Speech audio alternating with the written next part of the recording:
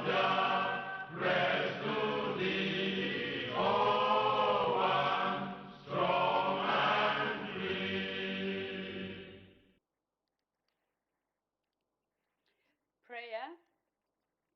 Almighty God, who in your infinite wisdom and providential goodness has appointed the offices of leaders and parliaments for the welfare of society and the just government of the people, we beseech you to consider with your abundant favor us, your servants, whom you've been pleased to call to the performance of such important responsibilities in this land. Let your blessings descend upon us here in Parliament assembled, and grant that we may, as in your presence, treat and consider all matters that shall come under our deliberation in so just and faithful manner as to promote your honor and glory and to advance the peace, prosperity, and welfare of our country and of those whose interests you have committed to our charge. Amen.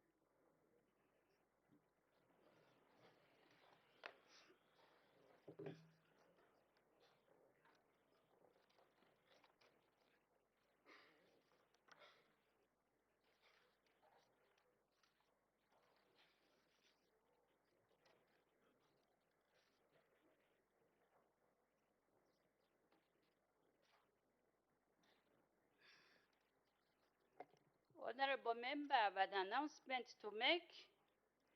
Honorable members, yesterday, Tuesday, 25th October 2022, the House was informed about the workshop organized by the Ministry of Small and Medium Enterprise Development, which was supposed to take place tomorrow, Thursday, 27th October 2022, from 8:30 to 12:30 hours in the amphitheater here at main Parliament buildings.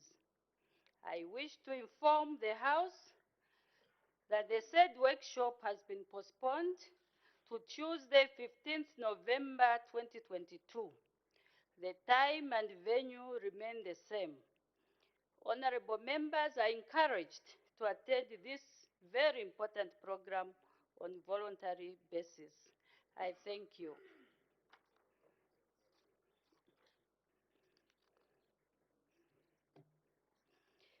I have a ruling to render.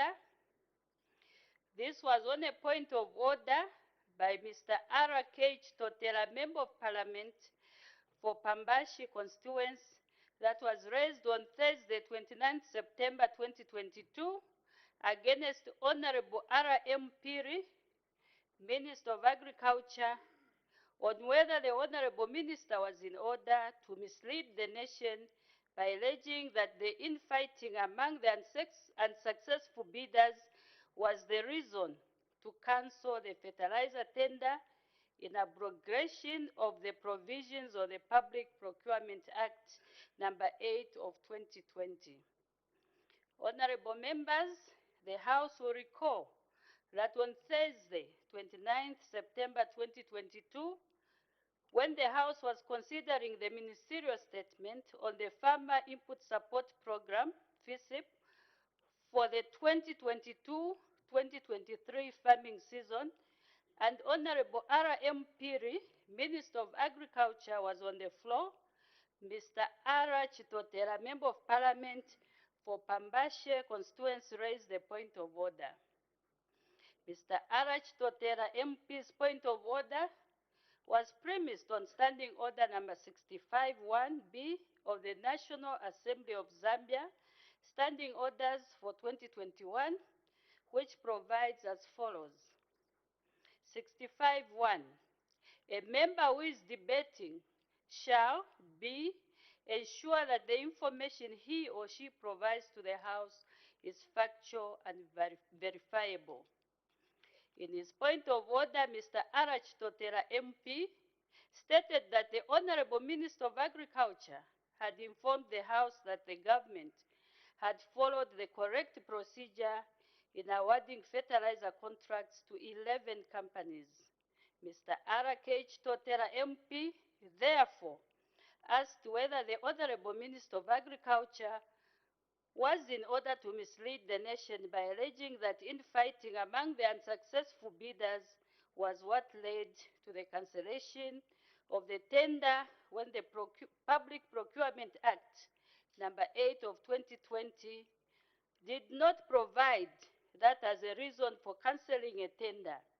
In that regard, he referred the Honorable Madam Speaker to sections 54 to 60 of the Public Procurement Act number 8 of 2020, which provide the procedure for public procurement.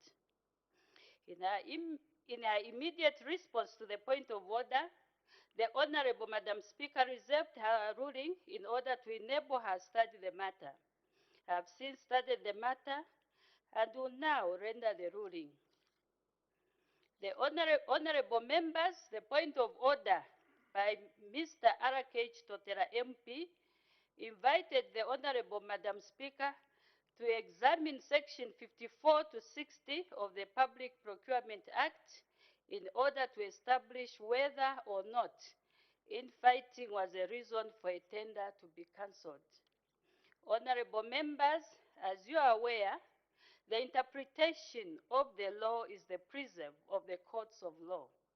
It is for this reason that Standing Order number 132(1)(e) does not permit a member to raise a point of order pertaining to a general interpretation of the law. To this end, Standing Order 123(1)(e) states as follows. 132(1), a point of order may be admissible if it does not relate to a general interpretation of the law. Honorable members, it is evident that Mr. Arakech Totera MP's point of order will require me to interpret provisions of the Public Procurement Act. In this regard, this point of order is not admissible. I thank you.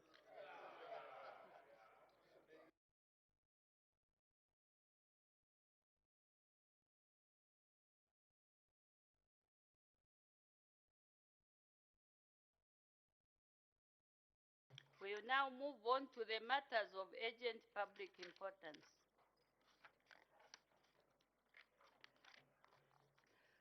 The Honorable Member for Chama North.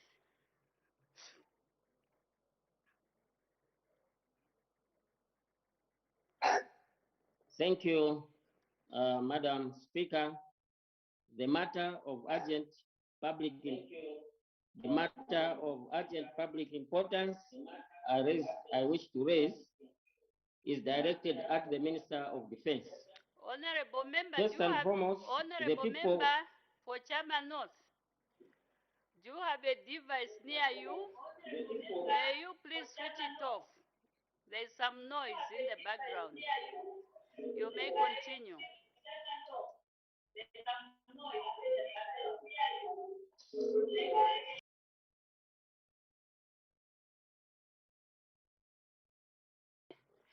We may proceed to the next member, the Honorable Member for Petauke Central.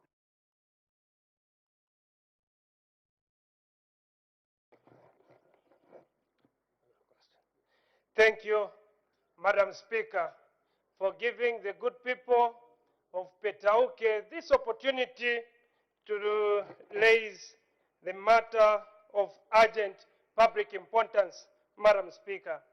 Madam Speaker, the matter is directed to the Minister of Defense. Madam Speaker, here in Zambia, we believe that education is the key to success. And because of that, we, in schools, they brought a program to encourage girl child education. Even if a girl child for pregnant will be encouraged to go back to school so that he can finish and utilize that education is the key to success, Madam Speaker.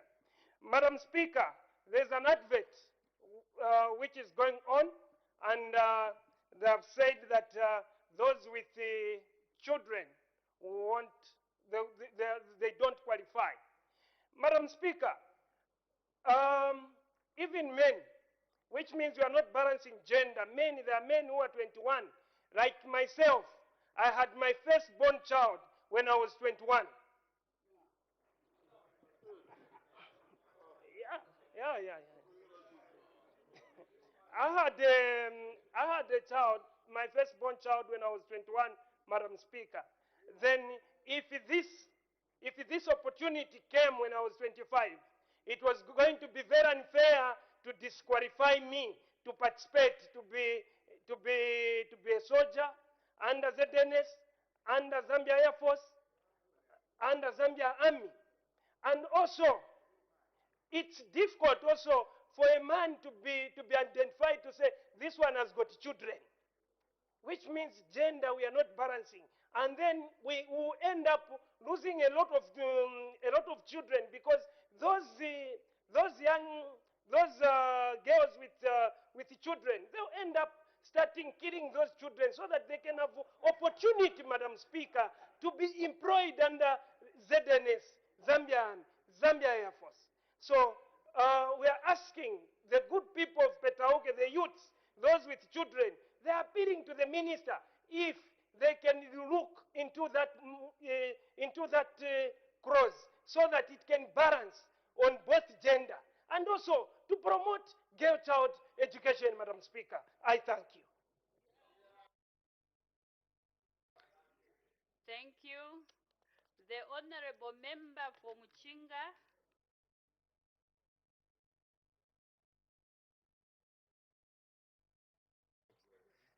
Thank you, Madam Speaker, for giving the good people of Muchinga to raise this matter of public urgency importance. It is directed to the Minister of Agriculture. Madam Speaker, there are long queues in our rural districts as I'm speaking today because our people are struggling to deposit their monies regarding the FISIF program. And this comes even after the Minister of Agriculture made an assurance to this House yesterday that the system has been changed to a point where members can deposit through their cooperative leaders. I spent the whole morning picking up calls from the constituents, and people are complaining because they will be there. If the system is not communicated through the DACO offices, people will be there for the next 1 to 3 weeks trying to deposit their monies. So this matter is being directed to the Agriculture Minister so that probably he can give guidance to these district officers in the agriculture sector to advise the farmers that they can use the system that he came to tell the House yesterday that should be used to make deposits so as to simplify the system. Madam Speaker, I thank you. Honorable Member, what system did the Minister mention yesterday?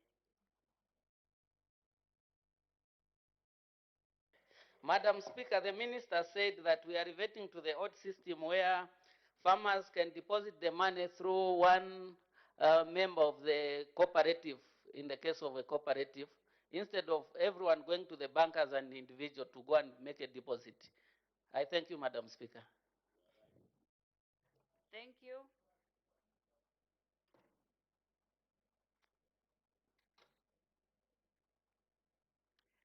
The Honorable Member for Fera. Thank you, Madam Speaker. Madam Speaker, I raise the matter of national public importance on behalf of the people of FERA directed at the Minister of Home Affairs and Internal Security. Madam Speaker, this has to do with violence that has been reported in Mwanse district, and I shall lay the evidence before this House on the table. Madam Speaker, we just celebrated 58 years of independence, political stability, as well as peace. But Madam Speaker, we are concerned that there is continued reports of political violence, and in Mwense, one member of the Patriotic Front was badly injured on the head, and we find it prudent that we seek for guidance from you as to what the causes of this continued political violence is, and indeed it seems to be escalating. I thank you.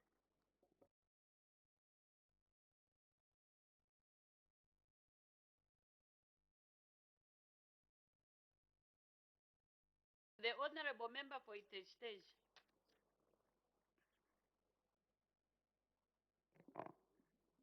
Thank you so much, Madam Speaker, for giving an opportunity for the people of Iteztezi to ask a question of urgent public importance to the Minister of Home Affairs.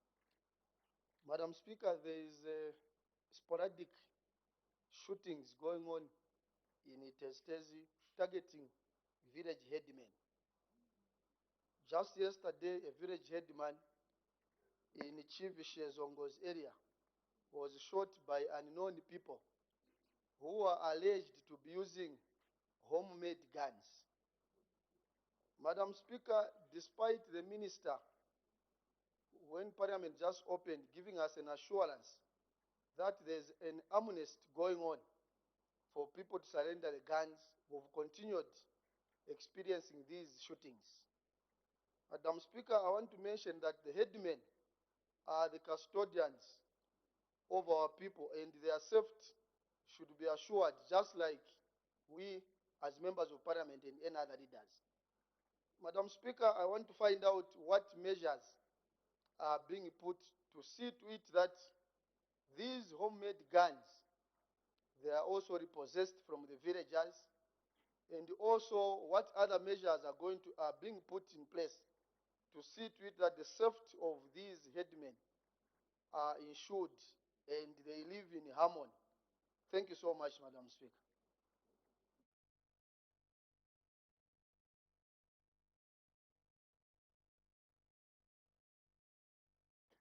We shall try the Honorable Member for Chama North.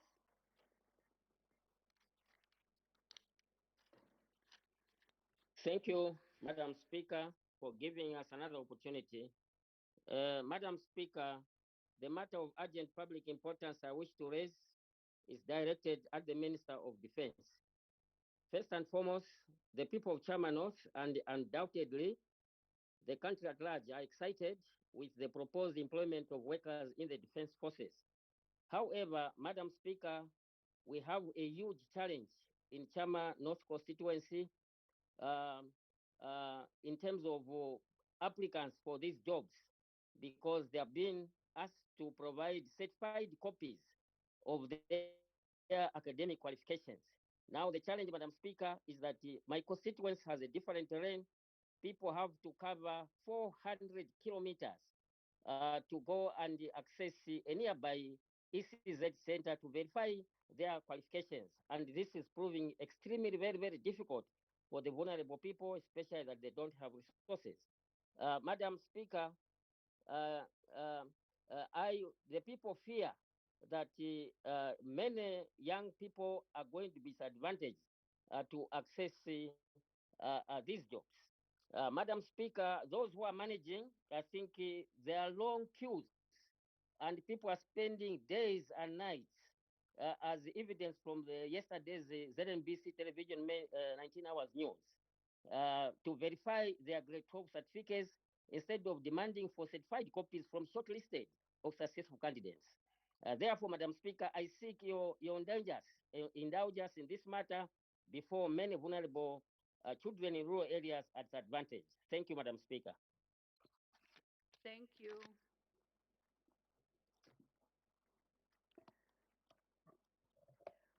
We'll start with the issue that was raised by the Honorable Member for Petauke Central, who is talking about the children or the youths who are likely not to be admitted because of the issue of having children. Honorable Member, much as this issue is important, but we cannot see something that is threatening the lives of the people. It is therefore very important that you find other avenues of raising this matter so that the Honorable Minister of Defense can attend to you. The Honorable Member for Muchinga raised an urgent matter of public importance, according to him, on the Minister of Agriculture, where he mentioned that people are spending long queues, struggling to make depots. However, yesterday, there was guidance that was given by the Honorable Minister of Agriculture that this is no longer necessary, where each one of the farmers go to make the depots, they can use one member. I don't think we need another ministerial statement. A ministerial statement was given yesterday where this issue was adequately covered by the minister. So it's now up to also to the honorable members present here to assist the ministry to disseminate this information to your people in the constituencies, so that these people, they are not left behind. Others got the information yesterday, those that were listening, but now let's work together with the Ministry of Agriculture to make sure that that information reaches our people as soon as possible. The Honorable Member for Fera raised a point of order on the violence erupting in Mwense constituency, and he wants the attention of the Minister of Home Affairs. And he wants to know what causes this violence. Honorable Member, we had a similar ministerial statement that was given to this House not long ago, where I had directed the Minister of Home Affairs to come to this House just to assure, to look at the violence that is going on or said to be going on in areas where there are by-elections, to come and assure the people that this time around there won't be violence. So a ministerial statement was already given to this House. However, the honorable member, if he thinks that there's more that can be done apart from reporting the matter to the police, maybe he can find other avenues of coming up with maybe a question to the Minister of Home Affairs, so that maybe he can be guided specifically for Mwense, since already a ministerial statement on the violence in the areas where the by-election was already covered, and according to our standing orders, we cannot repeat a matter within the session.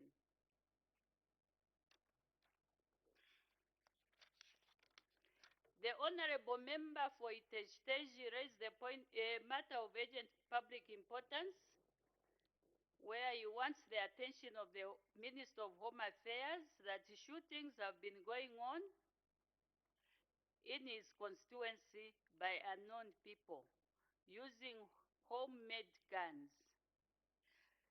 And the safety of his headmen is at risk. And he wants to know what measures the government has put in place for the reposition of the homemade guns. Honorable Member, you clearly indicated that these isolated shootings have been going on for a long time now. And in fact, I don't know whether there was a ministerial statement that was given. You said there was a statement or a ministerial statement or an assurance that was made by the Minister of Home Affairs that they were going to repossess all the homemade guns in the area. So I would urge the honorable member for Itej-Teji to come up. You can even use an urgent question to the Minister of Home Affairs, so that all the questions that you indicated, because it wasn't actually one issue, you talked about the safety of the headmen and what measures the government is putting in place to repossess the guns. So therefore, this matter can come in another form, probably using the agent question to the Minister of Home Affairs. The last matter was raised by the Honorable Member for Chama North to the Minister of Defense, where he's saying there's a challenge in certifying the documents of the applicants. And he fears that many people might be left out because of the same challenge, and others where they are busy certifying, you find that there are long queues. Honorable Member, again, we cannot see something that is threatening lives of people. This is a very important question, which you can use, for example, agent question, so that the minister can come to this house to respond to your worries or the issues that you've raised in this matter. Thank you so much. We move on. I have permitted the Honorable Minister of Energy to make a ministerial statement. The Honorable Minister of Energy.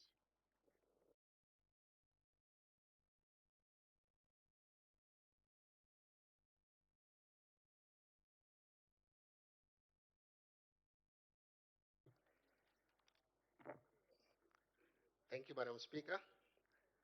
Madam Speaker, I wish to thank you for according me this opportunity to present a ministerial statement on the intermittent electricity supply in Chama district that is affecting the smooth operations of the hospital, water supply installations, and the daily execution of economic activities as a concern raised by Honorable Mutacharo of Chama North constituency. Madam Speaker, it should be noted that ZESCO supplies power to Chama and 3 other districts, namely Lundazi, Lumezi, and Chasefu in Eastern Province, via inter-border power imports from ESCOM, the national power utility of Malawi. The districts are yet to be connected to the Zambia national grid and occasionally experience power supply outages. Madam Speaker, the dependence of Chama district on the power imports from ESCOM of Malawi makes it unavoidable to be subjected to occasional power supply outages like the one which was just experienced recently. Government is aware of this unfortunate situation in Chama district and has put in place measures to mitigate the adverse effects of these occasional power outages. Madam Speaker, in order to mitigate the occasional power outages, ZESCO has installed standby diesel generators in both Chama and Lundasi districts, which supply power to selected critical institutions when there is loss of supply from ESCOM Malawi. Each generator has a rated capacity of 1 MVA. The targeted critical institutions include the district hospitals, water utility companies, and the business communities in the town centers. This measure has greatly helped in addressing the adverse effects stemming from intermittent power supply from ESCOM Malawi. Madam Speaker, as a long-term measure to improve power supply reliability to districts affected by intermittent supply of power from ESCOM of Malawi, the Zambian government, through ZESCO, is undertaking the Chipata Lundazi Chama electrification projects to connect the districts at a total cost of 97 million United States dollars. The projects are at an advanced stage as the transmission line from Chipata through Lundazi to Chama is completed, while the construction of our substations to step down power for customer applications is underway. Madam Speaker, the Chipata Lundazi Chama electrification projects being undertaken by ZESCO gives hope and relief to the people of Chama district as the power outages being experienced now will come to an end. It should be noted further that the new Dawn government is keen on ensuring that Chama district is connected to the Zambia national grid as soon as possible for improved electricity supply. Madam Speaker, let me give you some additional information regarding the same project. There are 4 substations located in Lundazi, Chama, Mwansampangwe, and Chicken. These substations are currently under construction. The geotechnical works and topographical surveys for the substations are already complete. It is anticipated that the civil works for all the 4 sites for the substations will commence by mid-November 2022, which is next month. The project is going to be phased, starting with Mwansampangwe, Chicken, Chama, and then Lundazi. It is expected that some districts will be connected to the national grid during the 2023 and be expected to complete the project by end of 2024. The cost of running these generators, it costs ZESCO about 500,000 kwacha per month on fuel to run each diesel generator in Chama and Lundazi. In addition, ZESCO pays 600,000 kwacha per month to Eskom Malawi for supply of power to these 4 districts. At the moment, ZESCO's revenue collection from Lundazi are 400,000 per month and 120,000 per month for Chama. These amounts are much less than the cost of supplying power to these districts or maintaining the standby generators. Therefore, it is beneficial for ZESCO and the government that this project is implemented within the shortest period of time. I submit. Thank you. Thank you. Honorable members are now free to ask questions on points of clarification on the ministerial statement given by the Honorable Minister of Energy. The Honorable Member for Chama North.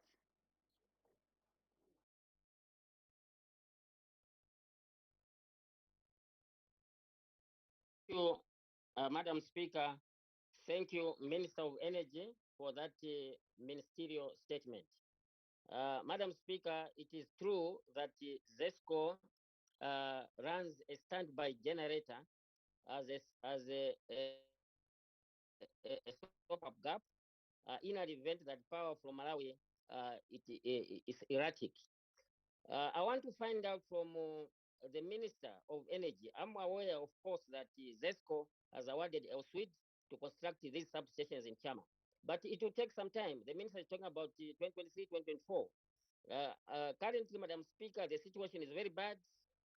Water has become a huge challenge because of electricity shortages, and the mortuary is affected. So I want to find out from the Minister what short-term measures is the government or ZESCO undertaking to ensure that the ZESCO office has got enough diesel stocks so that they are able to generate electricity when the power from Eskom goes. Thank you, Madam Speaker. The Honorable Minister of Energy. Thank you, Madam Speaker. I've already indicated that ZESCO spends I think 600,000 kwacha or 500,000 kwacha per month in terms of diesel. This diesel is utilized for the critical areas that I mentioned in my ministerial statement. I submit. The Honorable Member for Shuangandu. Thank you so much, Madam Speaker.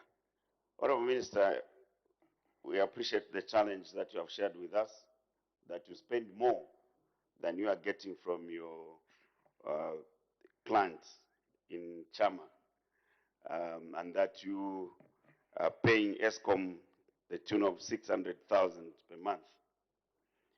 My question to you is, are you up to date with, is ZESCO up to date with their payments to Eskom?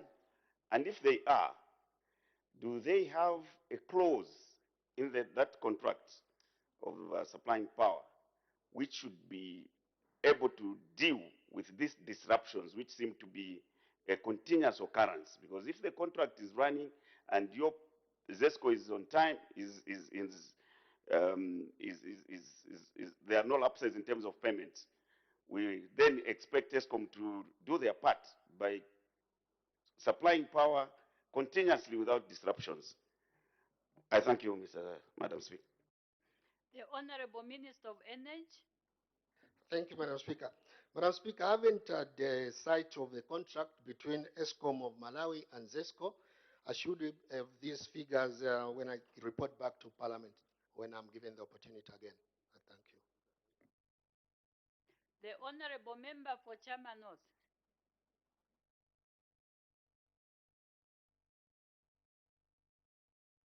Madam Speaker, I think the minister has not categorically answered the concerns of the people of Chama.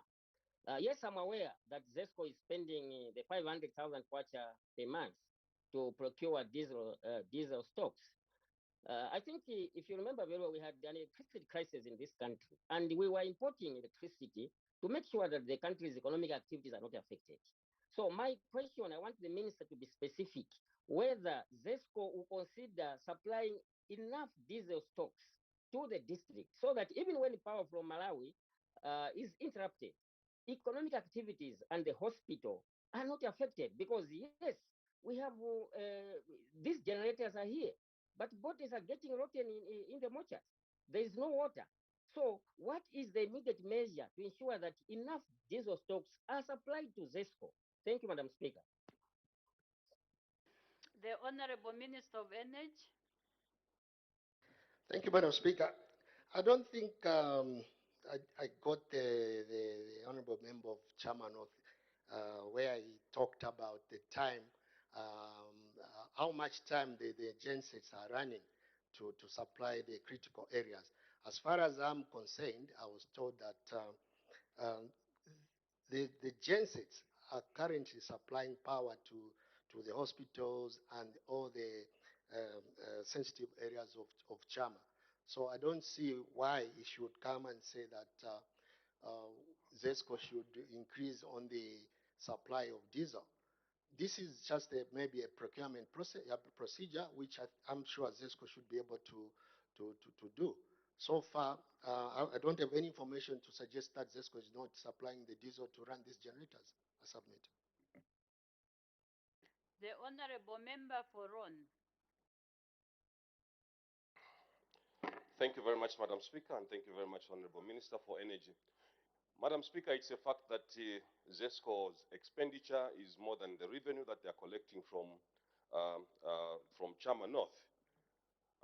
My question is that if nothing is done urgently, ZESCO will continue spending more, even the amount the minister that he has mentioned of $90+ million to connect Chama, Lumezi, and Ludazi to the national grid will be surpassed.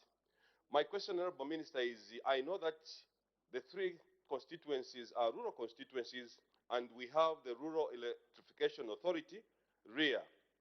Is there no room for ZESCO and REA to team up so that they can quickly and expeditiously finish this connection of Chama North, Lumezi, and Lundazi to the national grid?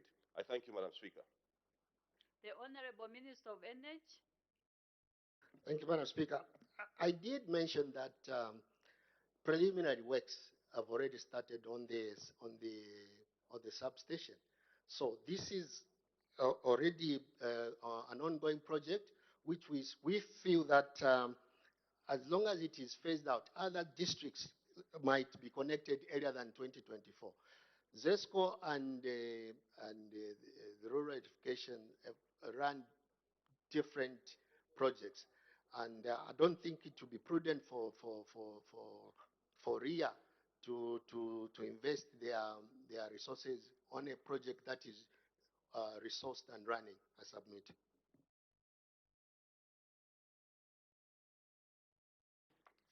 We move on.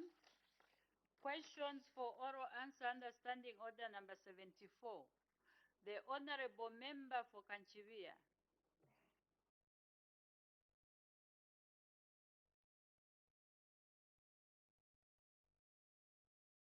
Question number 78, Madam Speaker. The Honorable Minister of Agriculture.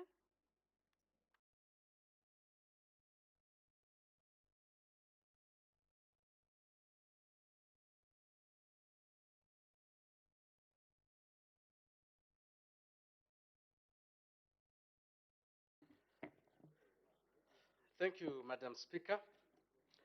The Honourable Member for Kanchivia, Honourable Sande Chanda, asks the Ministry of Agriculture what measures the government is taking to promote the use of information and communication in the agriculture sector, and B, how the use of ICT will benefit the sector. Madam Speaker, I am happy to inform the Honourable Member through you that government, Ministry of Agriculture, is currently taking advantage of ICT, and I'll give a couple of examples how it is doing that. Number one, Madam Speaker, A, electronic extension. The provision of e-extension has been established in the ministry with the European Union and FAO.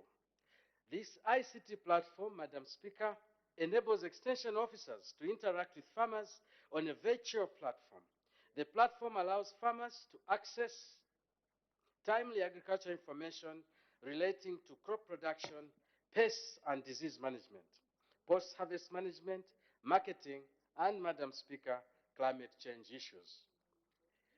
Another example is the ZIAMIS. Madam Speaker, this is the Zambia Integrated Agriculture Management Information Systems. With the support from Smart Zambia Institute, the ministry has established a platform called Zambia Integrated Agriculture Management Information Systems, ZIAMIS. This is a platform which has assisted the ministry to establish an online farmer register database with enhanced biometric security features. Currently, we have over 3 million small-scale farmers registered. Madam Speaker, furthermore, the ministry, in partnership with financial institutions, has a digital platform where farmers can deposit their farmer contributions towards the FISIP using their mobile money accounts. Another example, Madam Speaker, is that the ministry, with the support of the World Food Programme, has introduced a marketing platform called Mano to empower farmer marketing services through ICT. Finally, Madam Speaker, the ministry, with the support of the Zambia Revenue Authority, has established the Zambia Electronic Single Window where traders can apply for import and export. This has improved service delivery. Madam Speaker, the last part, and in my answer, I can only repeat myself that it has increased tremendously efficiency in terms of delivery of services. Madam Speaker, I thank you. Supplementary questions. The Honourable Member for Kanchivia.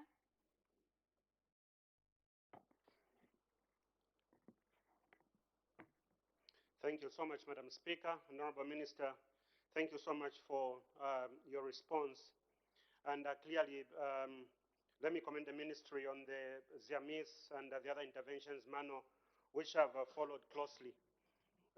My question, and in agreeing with the statement, Honorable Minister, is that ICT does provide vital information pertaining to the sowing of seeds, crop protection, improving soil fertility, market prices, weather forecasts, seed varieties, etc., available to our farmers. The challenge that there is, and I'll ask in the context of a rural farmer in Kanchivia, is that the lack of connectivity in most rural areas, such as Kanchivia. I speak about the entire chiefdom of the Kabinga chiefdom in Kanchivia, an area called Kabulamuiko, areas called Chikakala, and the lack of connectivity impacts negatively on the access of farmers to ICT when they're supposed to be benefiting from this particular tool, which comes in handy if we're to grow the sector. Honorable Minister, what measures is government and the ministry taking in ensuring that hurdles such as the lack of connectivity are urgently addressed and attended to so as to allow majority of our rural-based farmers with no connectivity to access and benefit from these platforms? Madam Speaker, I thank you. The Honourable Minister of Agriculture. Thank you, Madam Speaker. And in agreeing with the Honourable Member, I think I can also give an example of the difficulties which were faced in the past with the, for example, the e-voucher system. In certain areas, we had difficulties of connectivity, therefore difficulties for people to swipe their debit cards. So I agree with you. But I'm happy, Madam Speaker, even if it is not within my portfolio, and probably I would be delving in another discipline. Yes, the impediment is seriously being looked at by Honorable Minister for Technology, and recently, I think we were all treated to very good news when the President of the Republic went out to the US and came back and told us that he had very fruitful discussions with one of the worldwide known, providers, that we could soon benefit on satellite connectivity, which would, I think, enhance what you are talking about for the benefit of the entire rural and urban population. I'm sure that I see Honorable Mutati evidently nodding his head, saying that I think I'm saying the right things as I say outside my domain. Madam Speaker, that's as much as I can go. Thank you. Thank you. The Honorable Member for Shuangandu. Thank you so much, Madam Speaker. Honorable Minister, mine is a rider on the follow-up question which came from the Honorable MP for Kanchwia. Indeed, this is the time we who represent rural farmers, just like you, Honorable Minister, want to get information very clearly. You have requested that our farmers that are on FISP program should be captured. And I'm sure this is for you to have data that relates to these farmers. What specific platform out of those platforms that you have shared with us are you using? Is this platform available in our district so that my village farmers from Kavanda, Chambeshi, Ilondora, and those areas can be served by the extension officers working with the district agricultural coordinators so that they don't have to traverse between their villages and the districts to just get their pictures captured? What platform?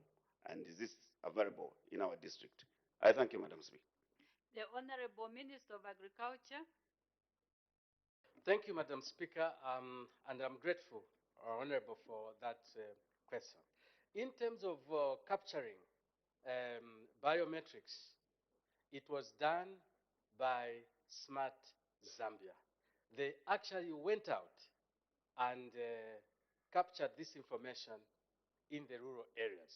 So we did not ask that our farmers give us that information. We went to collect the information, all districts, using the team at Smart Zambia. But I'm very happy, Madam Speaker, to note that if you look at the budget, our budget, which we are discussing, there is a clear amount of money, if I'm not mistaken, is 600 and something million, which has been set aside.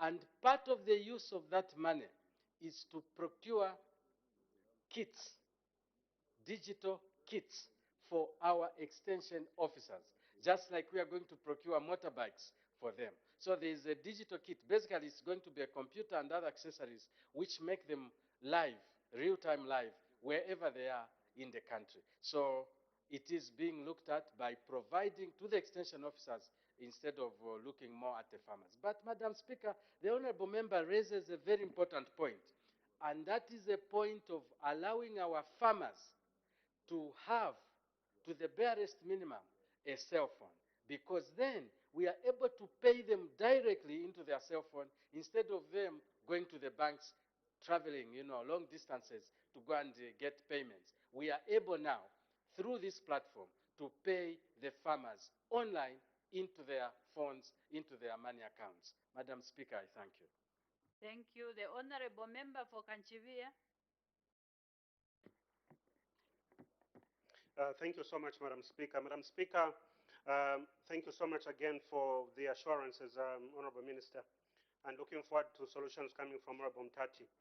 The Zambia Integrated Agricultural Management System, ZAMIS, Um, do we see in terms of scaling up, do we see them adding geodata on the registered farms, such as maps and information, their location, etc., for that sort of accuracy as a scale up? Thank you, Honorable Minister.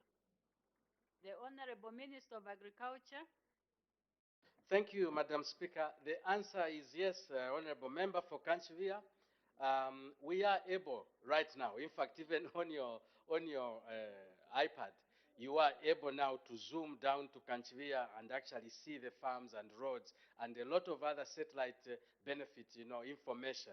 We are able to do that. In other words, we can sit in our offices and indeed communicate with the farm structure of the entire country. And thanks to the Ministry of Technology, thanks to Smart Zambia, we are able to do that. I thank you, Madam. The Honorable Member for Itezitezi. Thank you so much, Minister. Thank you so much, Speaker, for giving the people of Itezitezi an opportunity to seek further clarification. My question is, Minister, I'm sure you are very much aware that ICT use in agriculture also borders on the functionality of NICE. I just want to learn from you, based on this question, whether NICE is also doing enough in sensitizing the communities on the agriculture, on the agriculture aspect. What is it that you think NICE can contribute to this conversation? And if they are doing enough, if they're not doing enough, what is it that can be done to make them be more functional? Because part of digitalization is information dissemination. Thank you so much. The Honorable Minister of Agriculture. Thank you, Madam Speaker, and thank you, Honorable Member for Itezitezi, for that contribution.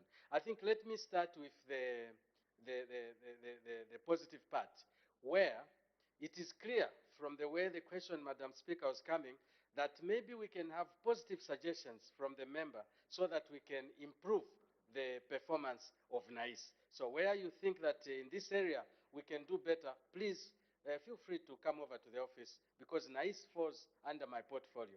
So I would be very happy to get any suggestions from you. Having said that, Madam Speaker, this is information which is useful for the chamber, for the whole house. If there is a ministry which is privileged in terms of communication, it is the Ministry of Agriculture, because we have a fully fledged information department, and that is the National Agriculture and Information Services. It is so strong that we can actually offer this service to any other member who would like to use it, and indeed other ministries. With NICE, we have got our own internal press releases, our own press conferences. We do that at the ministry. And they also have programs on radio which are of great value and benefit to the farming community. I think if there is a ministry which has continuously talked to the farmers, I think it is the Ministry of Agriculture. Way back from UNIP times, there have always been these agricultural programs, and that, I think, is a benefit for the country. I thank you, Madam. Thank you. We'll get the last two. The Honorable Member for Mukushi North and the Honorable Member for Lubasenshi, in that order. The Honorable Member for Mukushi North. Thank you, Madam Speaker. Minister, according to your statement, you have actually indicated clearly that ICT has actually helped the ministry to have the database, and you actually have the information and indeed the data on the fingertip. Why is it difficult now, Honorable Minister, that the ministry seem to be having difficulties or challenges in identifying which farmers are supposed to continue benefiting on the FISI program and which farmers are actually not supposed to continue benefiting on that platform? Why is it that it is becoming seemingly difficult for your office to identify? Thank you. I don't know whether that question is part of the question on the floor. The Honorable Minister of Agriculture. Madam Speaker, I thank you, and thank you, Honorable Member, for that question. Actually, we have had no problem whatsoever in identifying who should get and who shouldn't. It is those whom we have taken out, Madam Speaker, who are creating this perception, and don't listen to them. I thank you. The Honorable Member for Luwasenshi.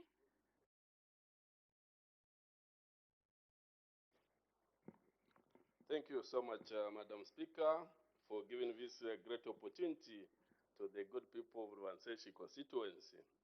Honorable Minister, I followed you very well as you are providing responses to this Honorable House.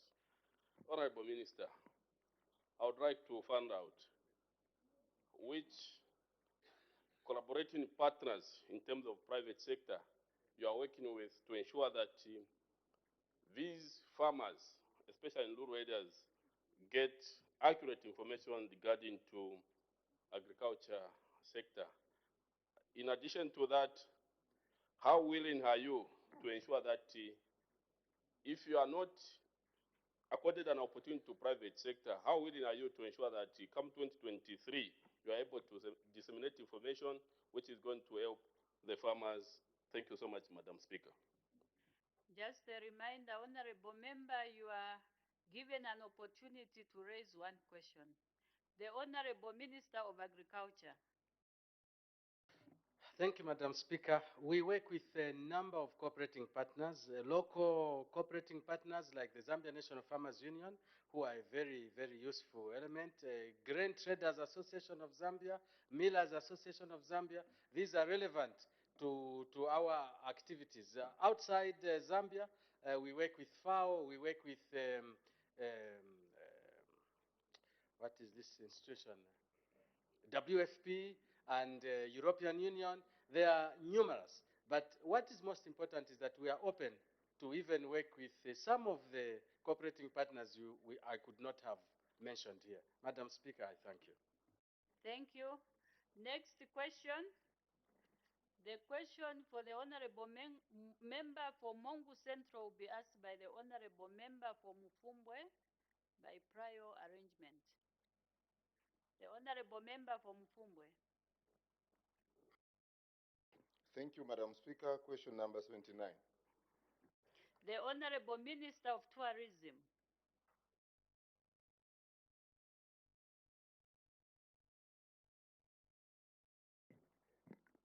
Thank you very much, Madam Speaker. The Honorable Member of Parliament for Mongu Central, Mr. Oliver Mutike, asked the Minister of Tourism what measures the government is taking to promote tourism in Liuwa National Park in Kalabo District, and B, what measures are being taken to promote tiger fishing as a sport in the following districts: 1, Mongu; 2, Senanga. Madam Speaker, we will attempt to answer the questions as follows. Government is taking the following measures to promote tourism in Liuwa National Park in Kalabo District.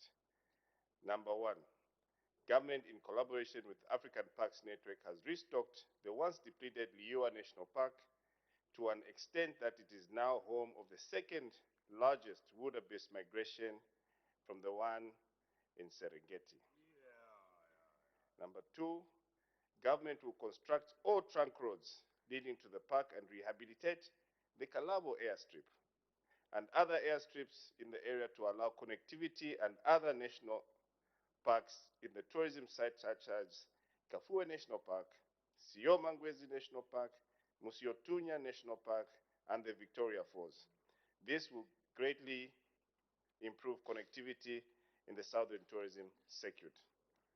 Number 3, government will further, through the World Bank, or rather government has, through the World Bank, secured funds to build bridge across the Luanginga River in the Liuwa National Park to address the current accessibility challenges in that particular area. Question B, the measures taken by government to promote tiger fishing in Mongu and Senanga district, Madam Speaker, The government is working on the following measures to promote tiger fishing as a sport in Mongo and Senanga by way of sensitizing the community on the benefits of tiger fishing as a sport in that area. Secondly, sensitizing the community on sustainable fishing methods and the importance of adhering to the fish ban. Number three, the promotion of catch and release system. And last but not least, Madam Speaker, restocking of fish in the two areas. I submit, Madam Speaker. Thank you. Supplementary questions. The Honorable Member for Mufumbwe. Thank you, Madam Speaker, and I would like to thank the Honorable Minister for the answers that she has given to the people of Liu and Western Province. However, one of the measures the government that is taking is maybe to construct the roads and as well as the airstrip. I would like to find out from the Honorable Minister, when are these roads and the airstrip going to be constructed? The Honorable Minister of Tourism. Thank you very much, Madam Speaker, and thank you very much for that follow-on question.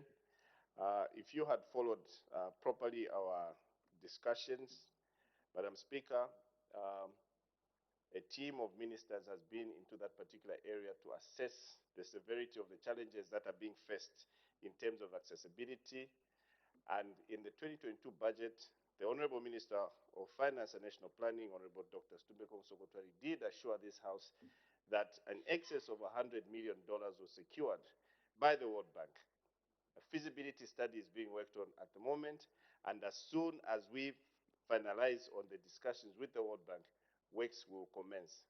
What we know as government is that we want to have minimal infrastructure development in those particular areas that will invariably invite investment. So you'll be very happy to note that within the next 12, if not less months, you should be able to see construction going on in those particular areas. I submit, Madam Speaker. The Honorable Member for Momba. Madam Speaker, thank you very much. Honorable Minister, as a follow-up question to the question that has been raised by the Honorable Member for Mufumbwe, where he has just mentioned the roads and the airstrips in terms of when are they going to be constructed. Is your response to his question also inclusive of the Rwangengi bridge? Thank you, Madam Speaker. The Honorable Minister of Tourism. Thank you very much, Madam Speaker, and thank you very much for that question, Honorable Member of Parliament for Momba. Yes, the Rwangenga Bridge is inclusive of that. The Honorable Member for Itezitezi. Thank you so much, Madam Speaker, for giving me the opportunity to make a follow-up question to the Minister of Tourism. One of the things the Minister have mentioned on how we are promoting this sport is by also creating some awareness, which is local tourism. When you look at the sport under question, I feel that it can also attract international presence if it is well marketed. Now, in terms of marketing these sports, the Zambia National Tourism Board, it markets certain areas. Some areas are not marketed, inclusive of other key areas like Itezdes. Are you able to highlight whether in this year's budget, where we've got a fund allocated to do marketing of some of these areas, these areas like the Liwa National Park and others, they will now be included so that they attract international tourists? Thank you. The Honorable Minister of Tourism. Thank you very much, Madam Speaker, and thank you for that question, Honorable Member of Parliament for Ite. Just for correction, the correct is Zambia Tourism Agency, which is a statutory body under my ministry.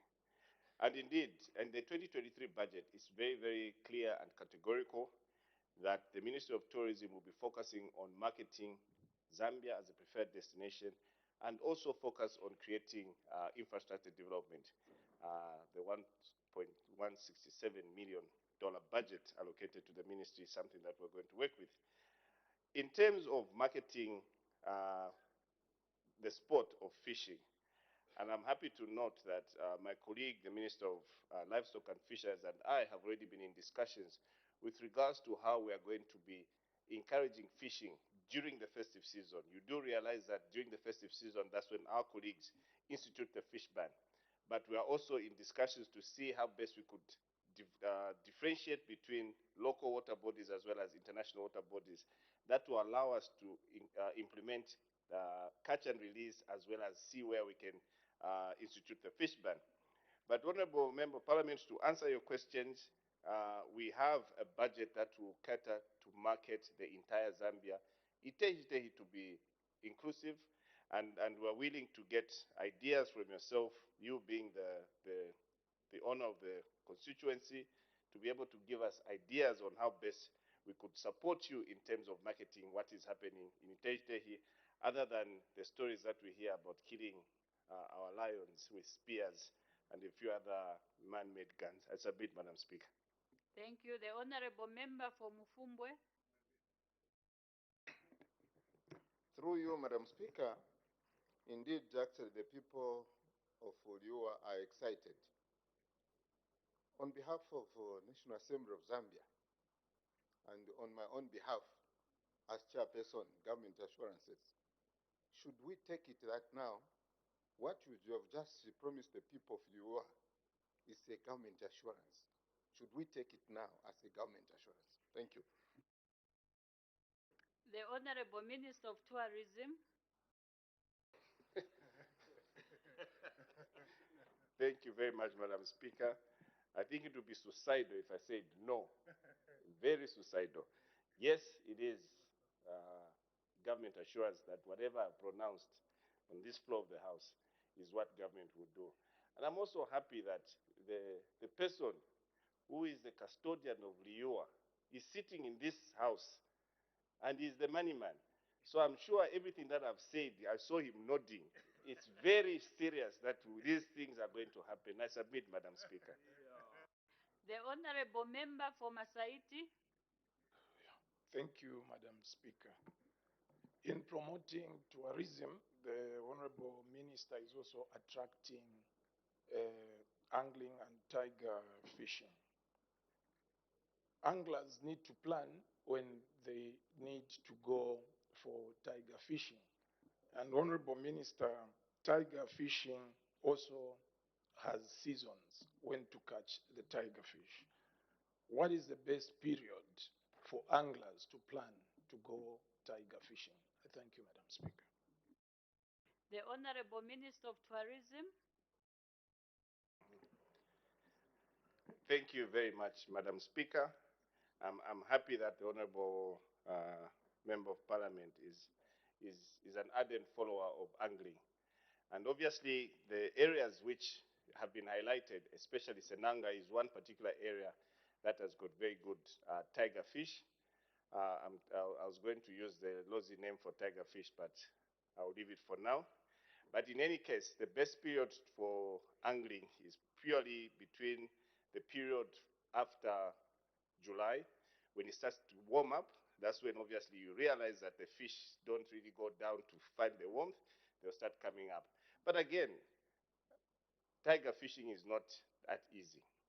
And I would like to encourage some of us in here to get their gear to start fishing. It's a very interesting sport, and angling itself, a lot of people come from far and wide to go to Senanga to go and do that particular fishing. So to answer your question, Honorable Minister, would highly encourage them to start coming in from April. They see the Victoria Falls when the curtain is very full, and then they start gravitating to Western Province to do their fishing in July, August, and then they wait for the wildebeest migration, which is about to start in the next few days.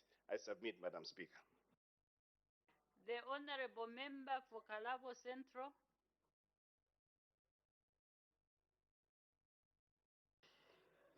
Thank you, Madam Speaker. I've heard the responses by the Minister.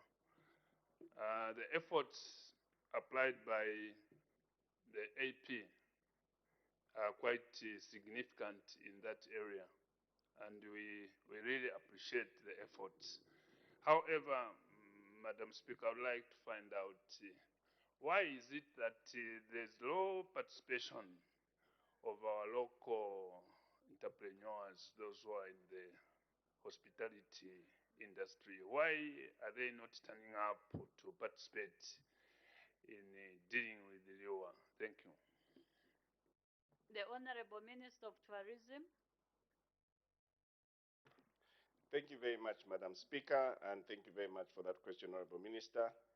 Indeed, for a very long time, in most of these protected areas, the local uptake for local entrepreneurs, if I could call it that way, has not been something to write home about.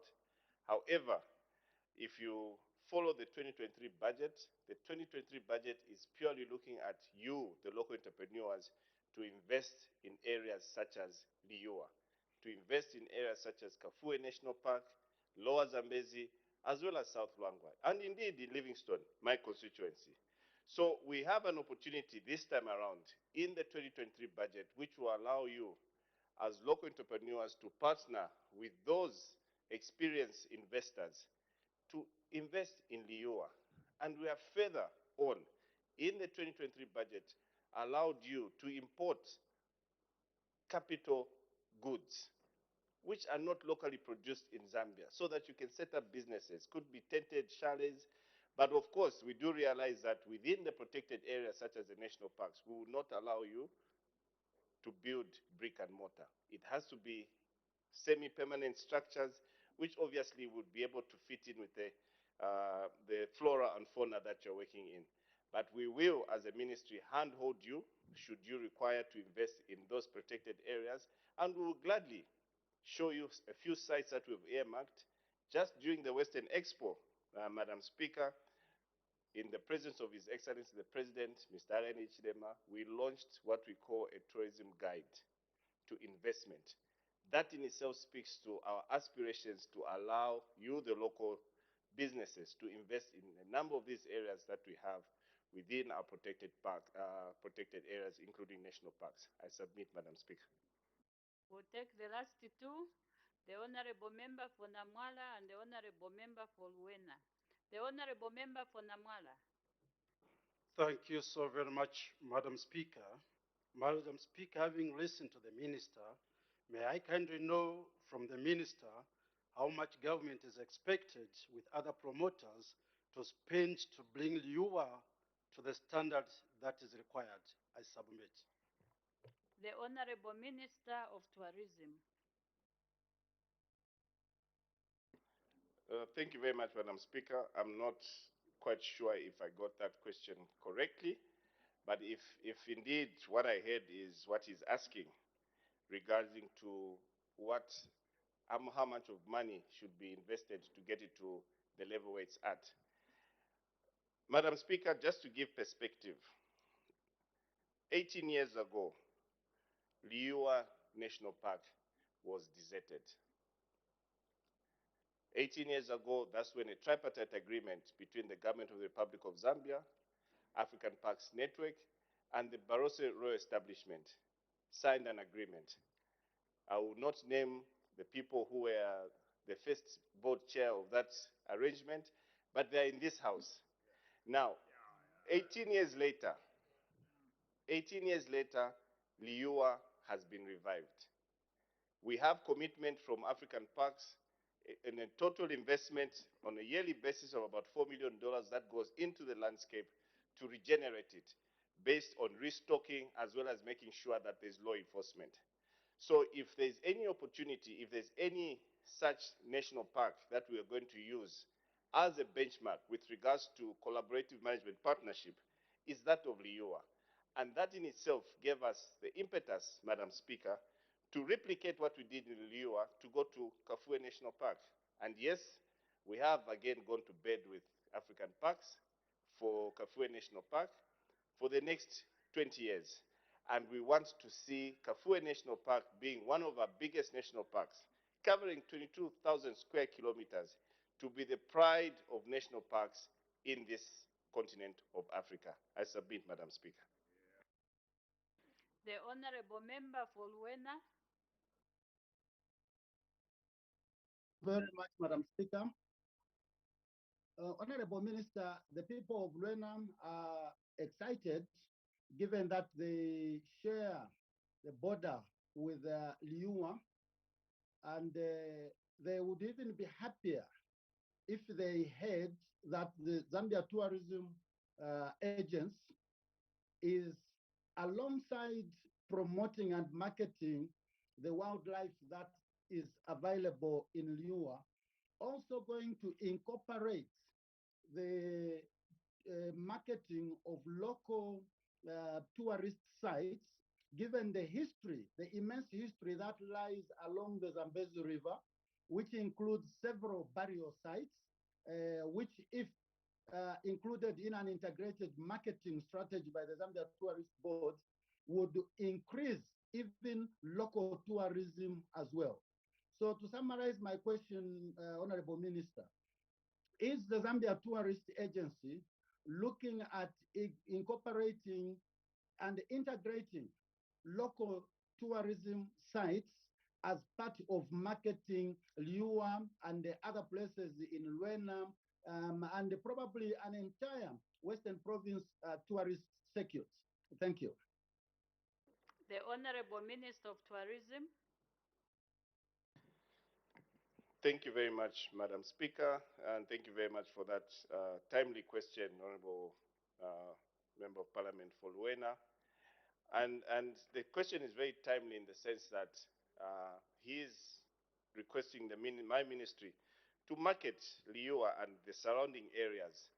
Has come at a time when we've just come out of the Western Province Expo. Honorable Minister for Western Province is here, was very instrumental, and I wish to thank him sincerely for having delivered a successful expo. Now, there are a lot of activities that my ministry is already engaged in terms of promoting Western Province, or rather the Western Circuit, as it were.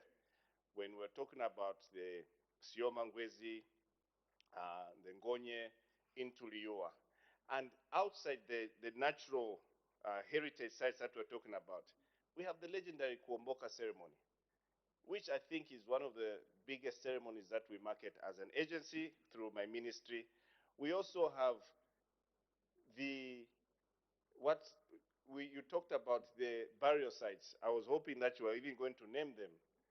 The Makono burial sites. That is a site which obviously through our partners, the partners such as WWF, is looking at making sure we preserve, because currently they are under threat. The Zambezi is almost breaching, it's eating up in the riverbank. That is something that we want to make sure that we safeguard the Makono. Then we also have a community museum within, in Limulunga, Kwamleneng. It's there. We are marketing it as a ministry, as a tourism agency.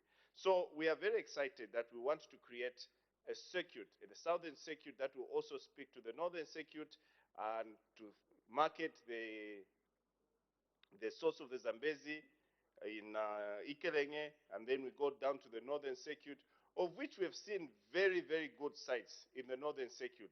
But for some reason, I'm not quite sure why they have not been worked on for a very long time. I choose not to get into that detail, Madam Speaker, because we will probably raise a few eyebrows as to why the northern circuit has not been developed.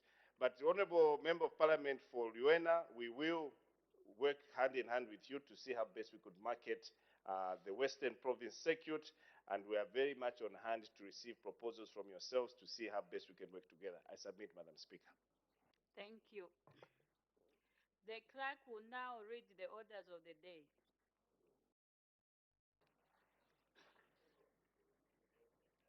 The Anti-Human Trafficking Amendment Bill, National Assembly Bill number 16 of 2022, second reading. The Honorable Minister of Home Affairs and Internal Security.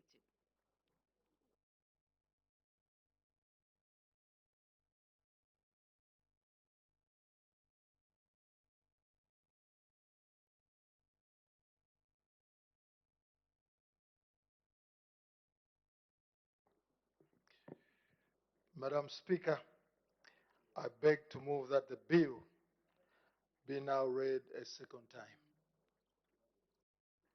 The question is that the bill be now read a second time. Any debate? the Acting Minister of Home Affairs and Internal Security.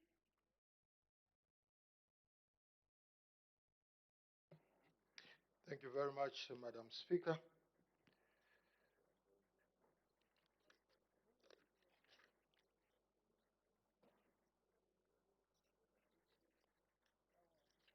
Madam Speaker, let me take this opportunity to thank you for giving me this chance to present the second reading stage of the Anti-Trafficking Amendment Bill.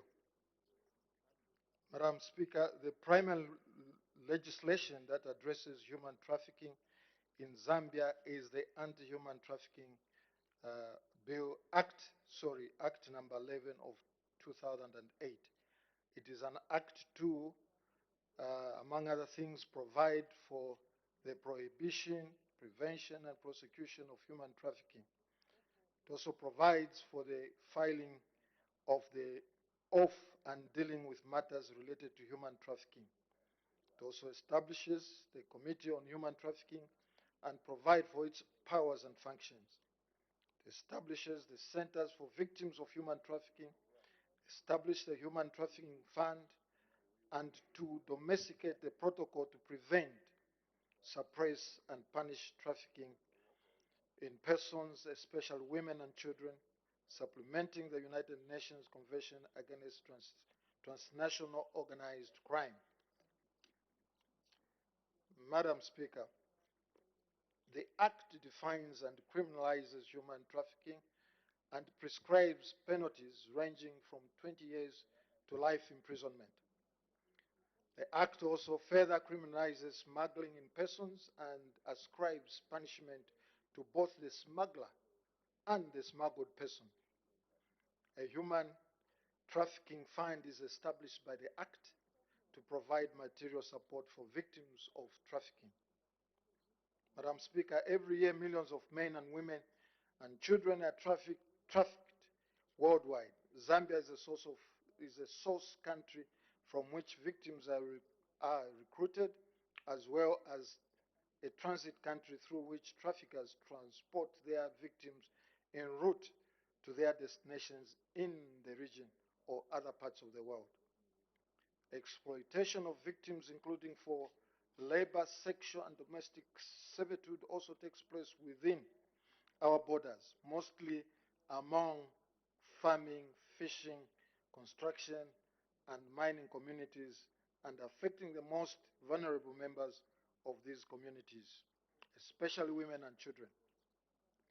Traffickers also use illegal adoptions to traffic minors and children into and outside Zambia. Madam Speaker, the current legislation is inadequate in dealing with many issues related to human trafficking, prevention, and prevention. Amending it will strengthen enforcement mechanisms, administration, and bring it in line with internal best practices, besides making it comprehensive in dealing with new and emerging issues. The amendment has also been necessitated by the policy review, which resulted in the requirement to establish the Anti-Human Trafficking Department, reconstitute the Committee on Human Trafficking, and certify victims of trafficking. Madam Speaker, the object of this bill is to amend the Anti-Human Trafficking Act of 2008 so as to A, establish the Anti-Human Trafficking Department and provide for its functions, B, reconstitute the Committee on Human Trafficking, C, provide for the certification of victims of trafficking, and D, to provide for matters connected with or incidental to the foregoing. Madam Speaker, the Anti-Human Trafficking Amendment Bill 2022 proposes the introduction of the following provisions, amongst others: defining of child trafficking to provide for specific offenses against child trafficking, given that the Anti-Human Trafficking Act number 11 of 2008 does not define child trafficking. It is recommended that the Act be amended by inserting the definition of child trafficking. To establishment of an anti-human trafficking department to provide for a dedicated institution to deal with human trafficking. The absence of a dedicated institution mandated to solely deal with human trafficking matters has also been cited as one of the major gaps, because agencies that are currently dealing with human trafficking have competing primary mandates, thereby creating coordination, protection, prevention, partnership, and prosecution challenges relating to addressing human trafficking issue. To addressing human trafficking issue, the department will be performing both law enforcement and coordinating functions. Therefore, other law enforcement agencies will also have an opportunity to respond to human trafficking in liaison with the department. 3, provide for an express provision of non-criminalization of victims of trafficking from prosecution for offenses resulting from their trafficking situation, to enhance protection of victims and encourage victims to cooperate with authorities. Lack of mechanism for certifying victims of trafficking has affected the full protection of the rights of victims of human trafficking. They reconstitute the composition of the National Committee on Human Trafficking to include key stakeholders and strengthen the partnership pillar. Zambia has in place Committee on Human Trafficking. However, due to the creation of new agencies such as National Prosecution Authority, it has become necessary to reconstitute it. And introduction of authorized officers to expand the scope of officers mandated to address human trafficking to ensure increased identification of cases of human trafficking. Under the current law, no other institution apart from the police has powers to arrest. The best practice world over is to have a dedicated trafficking in persons agency while maintaining a multi-sectoral approach to addressing human trafficking and migrant smuggling. The National Secretariat on Human Trafficking under the Ministry of Home Affairs and Internal Security is currently coordinating all stakeholders and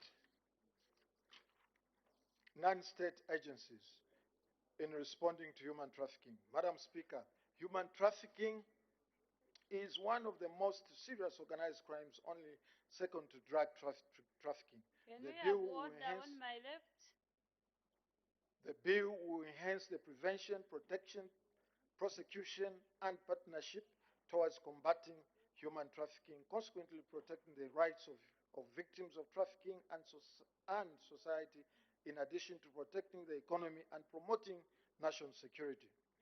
Further, it will provide an opportunity to financial and technical support from cooperating partners towards the fight against human trafficking. Madam Speaker, I urge all honorable members of this August House to support the bill. Madam Speaker, I beg to move. Thank you. Any further debate? The chairperson of the Committee on National Security and Foreign Affairs, the honorable member for Kaoma Central.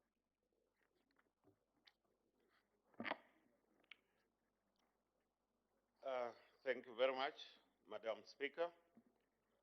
The Committee on National Security and Foreign Affairs was tasked to scrutinize the Anti-Human Trafficking Amendment Bill, and this is National Assembly Bill number 16 of 2022.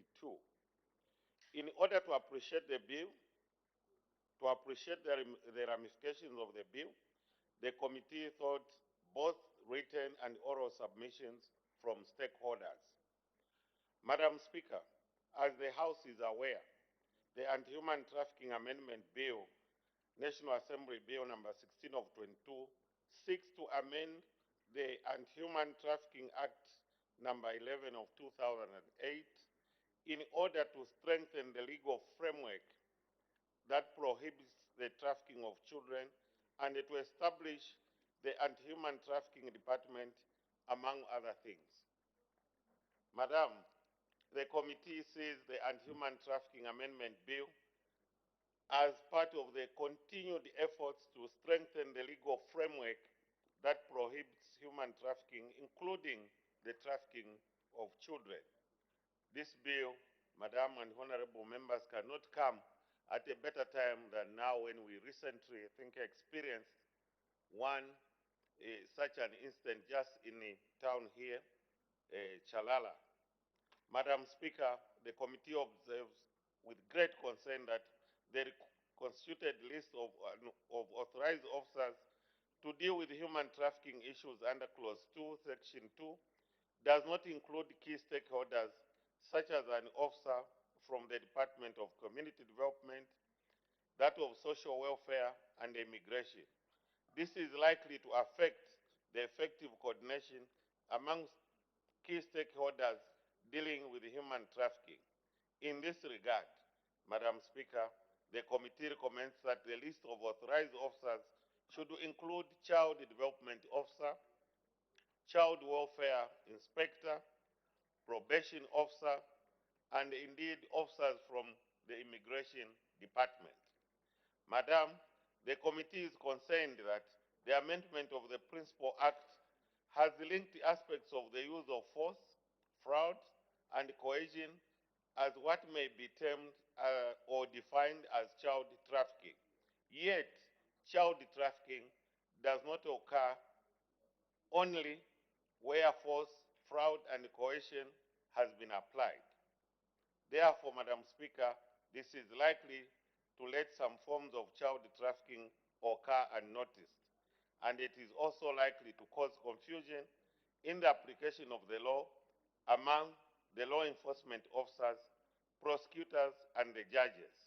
In this regard, the committee urges the executive to explicitly state that child trafficking may also occur even in the absence of the use of force, fraud, or coercion. Madam Speaker, the committee notes with great concern that the bill in Clause 3 provides for the revocation of a license or the registration of the employer or principal upon the finding by the court that a person who had intentionally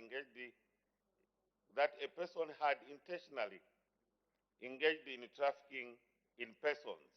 The committee further notes that the grounds for the registration of a company under the Companies Act number 10 of 2017 does not include the premises.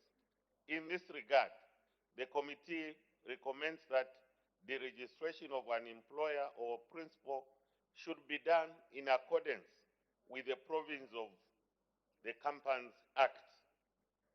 Madam Speaker, the committee is greatly concerned that there is an aspect of certification of victims in the bill. The committee is also concerned as to who will be responsible for the certification of these victims, since the bill does not expressly state who will be performing the certification function. The committee is of the view that certification should not be included in the law for the following reasons.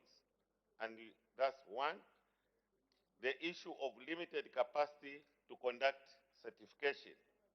This, madam, may delay cases and negatively impact the victim's protection and return. Two, stigmatization and labeling of the victims, which may lead to trauma arising from the outcome of the certification. And lastly, undue pressure exerted on the victims to meet the certification criteria. Madam Speaker, should the executive maintain the certification of victims, there will be need for clarity on who will be certifying individuals as victims. Since the bill does not clearly state who will be responsible for the certification of these victims. Madam Speaker, the committee notes with great concern that under Clause 9.2 of the bill, the penalty for the offense cited in Clause 9.1 is not stated. The committee notes that the absence of a penalty under the section will create uncertainty in the law once enacted. In this regard, therefore, the committee recommends that Clause 9.2 should expressly provide the penalty for the offense cited to ensure certainty in the law. Madam Speaker, in conclusion, allow me to render my sincere gratitude to you, the Office of the Clerk of the National Assembly, and the staff for the guidance and support services rendered to the committee throughout its deliberations. I also wish to place on record the appreciation of the committee to all the stakeholders who made their submissions to the committee with regard to the committee with due regard. To Madam Speaker, I thank you, Madam Speaker. Thank you. Any debate? The Honorable Member for Lunte. Thank you very much, Madam Speaker, for according me this opportunity to support the bill as presented by the Honorable Acting Minister of Home Affairs and Internal Security. Madam Speaker, any law that is brought to this House which is aimed at protecting Zambians is more than welcome.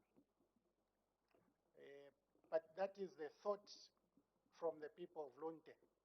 As you can see, there are 2 MPs from Lunte today. We support progressive laws.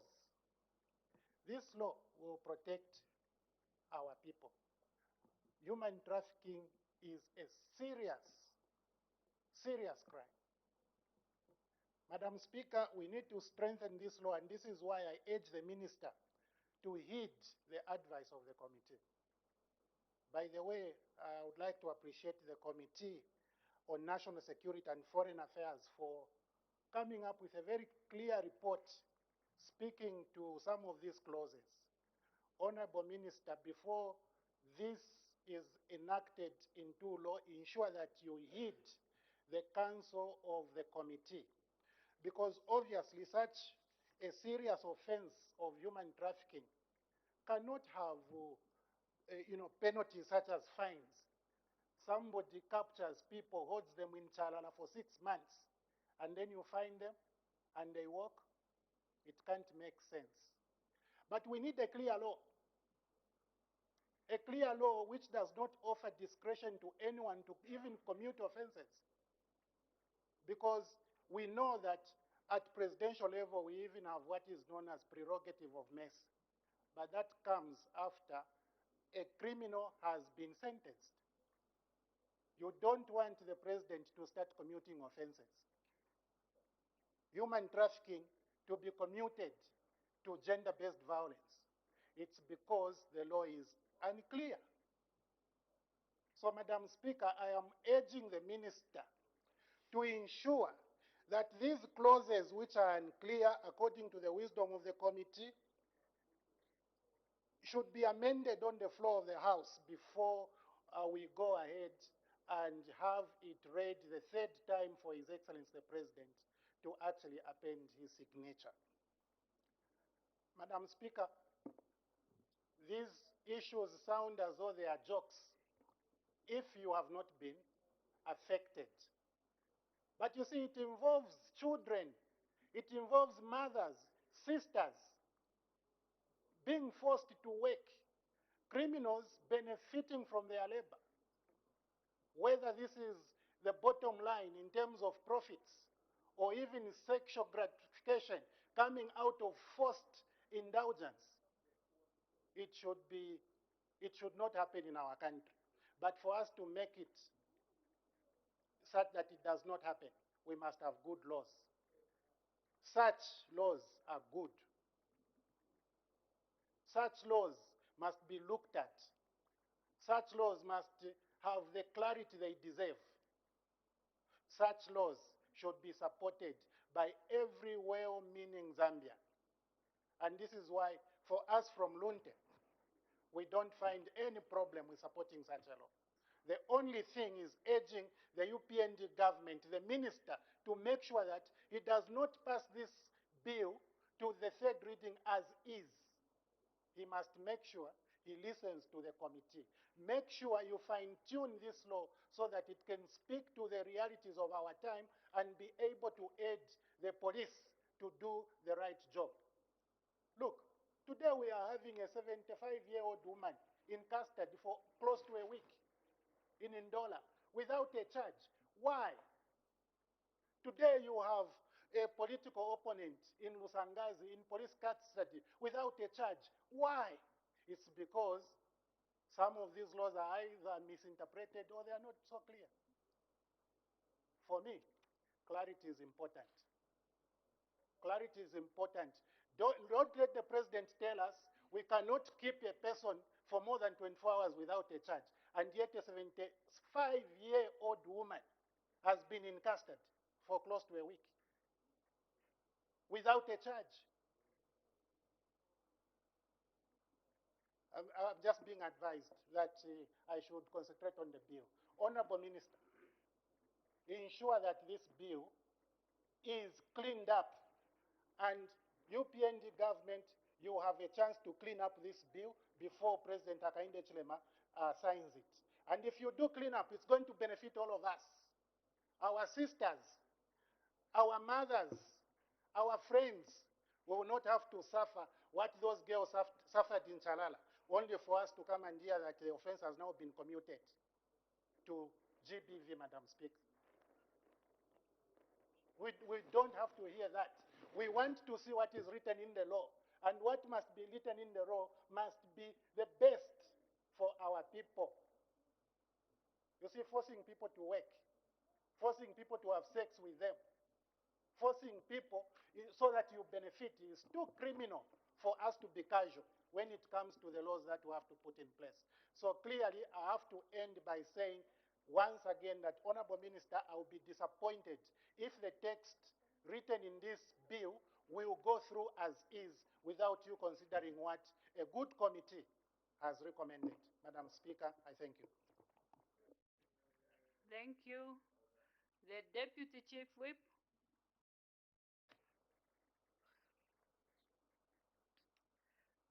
Thank you, Madam Speaker, for the opportunity to add the voice of the people of Kembe constituency and indeed my own voice on the anti-human trafficking bill. I want to agree with some of the comments that the other colleague has just alluded to, that this bill is long overdue.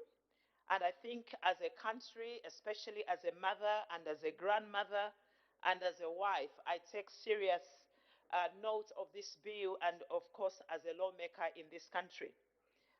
Honorable Minister, the committee of Madam Speaker has done a recommendable job.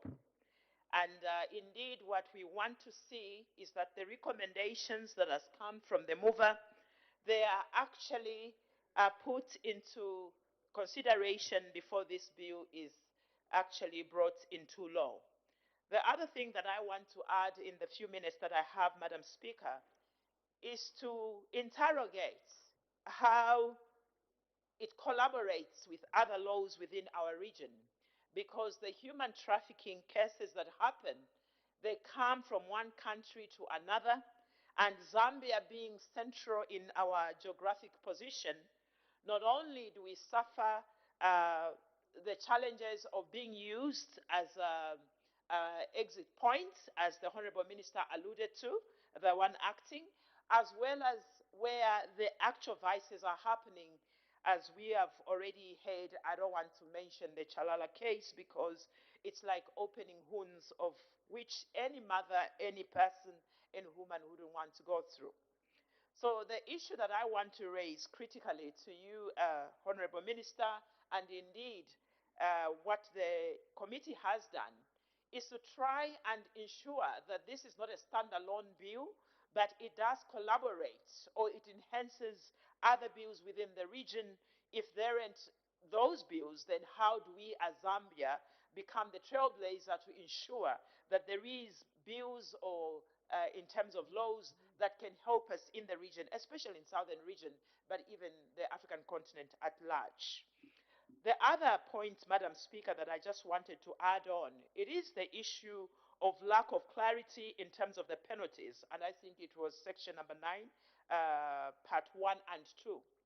This has been a challenge in our country where we talk about penalties, and we do not want to cite penalties, not only in this bill, but in many of other bills that have come in this House. And so it leaves us very vulnerable as a country. It makes us, as lawmakers, make laws that have no teeth. And a lot of offenders who offend these heinous crimes, they walk away having committed these crimes, and sometimes there's just a slap on the wrist. As a country, I think in the awakening of what just happened, and indeed many other things that have happened even under the radar, we really need to be seen as a country who not only formulate laws, but also ensure that there are stiff penalties, because those who deter those who want to perform these crimes. Madam Speaker, you are aware that social media has become such a place where we all go and brought to the issues of our realities and of our time in real lifetime. There was a case, I want to mention a country which is a sister country, where the fuel tanker, I think is it 2 days ago, had people packed in the tanker itself, and they were crossing over into Zambia. That's human trafficking at the best. And yet, the ones who were fuming, they were hopeless. And I don't think those people who were brought to book, from what we watched in that little clip, is that the one who was driving that tanker actually went at sea.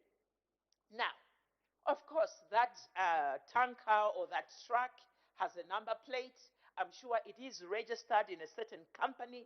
But again, it is this issue of not having proper punishment for people who are actually involved in such crimes. And I think the report also did to speak to the fact that there is no clarity in terms of how do you deregister such a company, how do you deregister such an individual who has created such a crime if they are waking, what are the punishments that there are.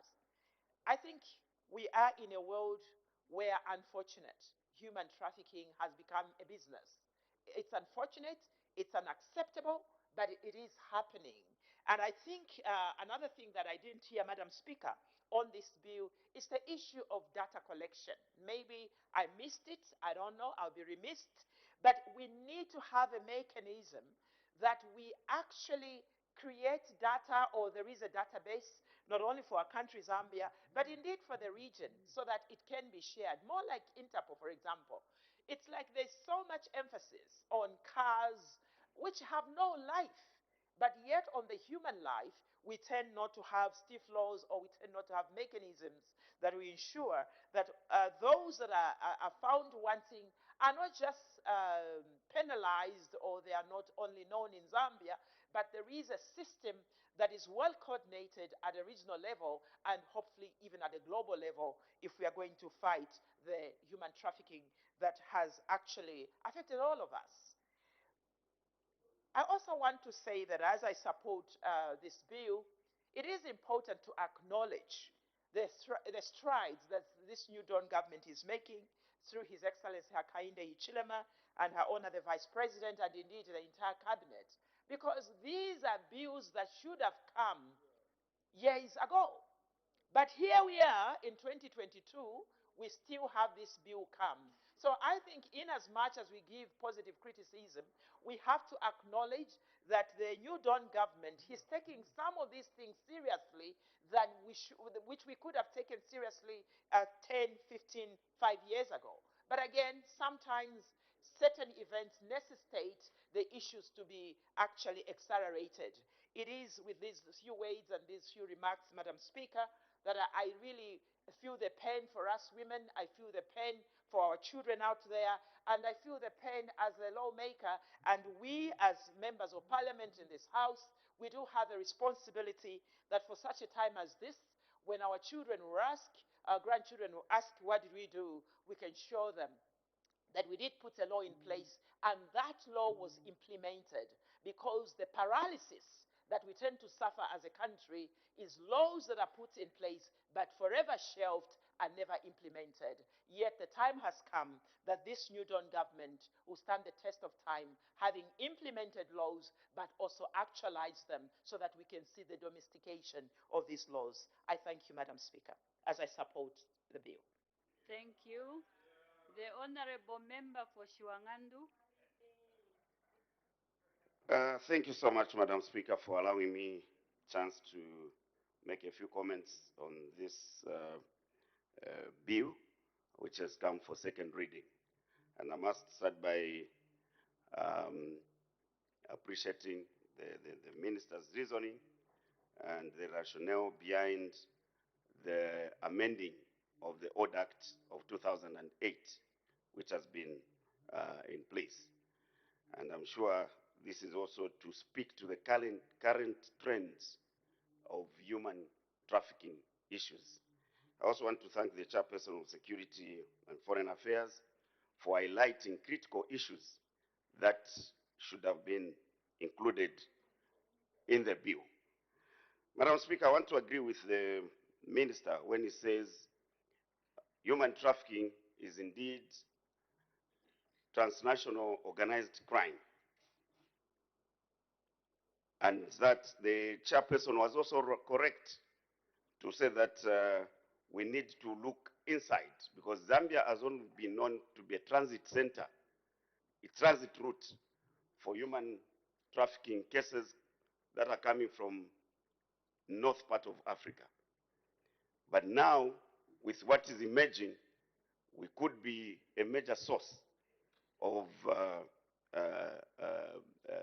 these human,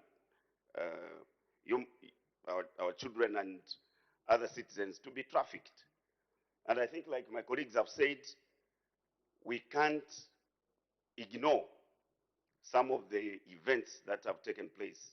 When you see people motivated by greedy to abduct their fellow citizens, more than 10, and confine them in one location, demanding ransom, there's nothing that will stop them to offer those human beings for sale. So there is a nexus between human trafficking and abduction. And those cases must be treated with the seriousness they deserve. So, Honorable Minister, for that reason, I agree with the committee's recommendation. And it is surprising that I could see this omission where you left out critical officers in what you are calling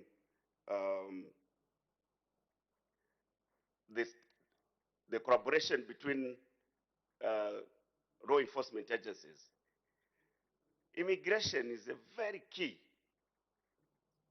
in these matters, because most of these humans that are being trafficked are crossing borders.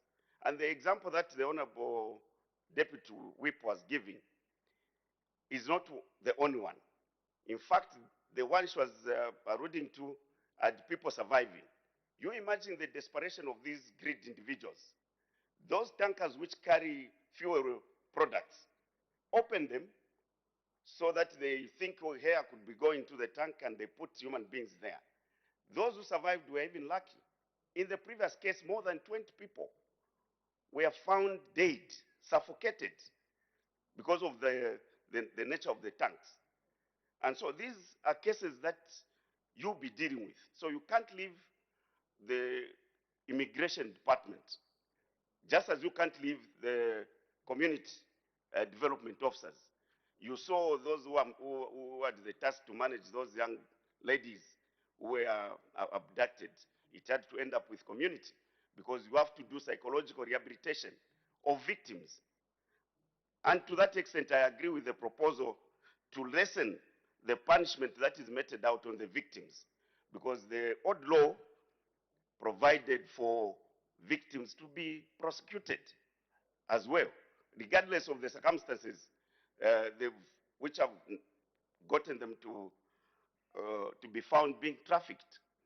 But in the same vein, if it were possible, during the stakeholder engagement, Honorable Minister of Home Affairs, there's one critical component that you may wish to include in the bill, Honorable Minister, I want you to pay attention. I want him to listen. This is very critical. Honorable Minister, whilst I appreciate and acknowledge your proposal not to prosecute victims, you should have also provided for detention centers, because these people who are caught up in the current system we have end up in the correctional facilities. Now, correctional facilities are only meant for people that are convicted. But that's what we have had over the years. So discussions with stakeholders were pointing to a fact that maybe we should consider a separate detention facility that could even be under the immigration department for these prohibited immigrants who are almost sometimes the same as those that are being trafficked. The recent revelations we heard of mass graves that were found in a neighboring country, these are the routes people are using now. It has been from East Africa, Tanzania, through Zambia, down to South Africa. Now they are also using the other way. Malawi, come through Eastern Province. And you have got some people participating. So if you don't mete out serious punishment on these individuals, greedy individuals, who have found it lucrative to trade in other human beings, because we are just dealing with recent, this is the modern day slave trade, which is currently going on the continent. And so this bill is very critical, Honorable Minister, for your ministry.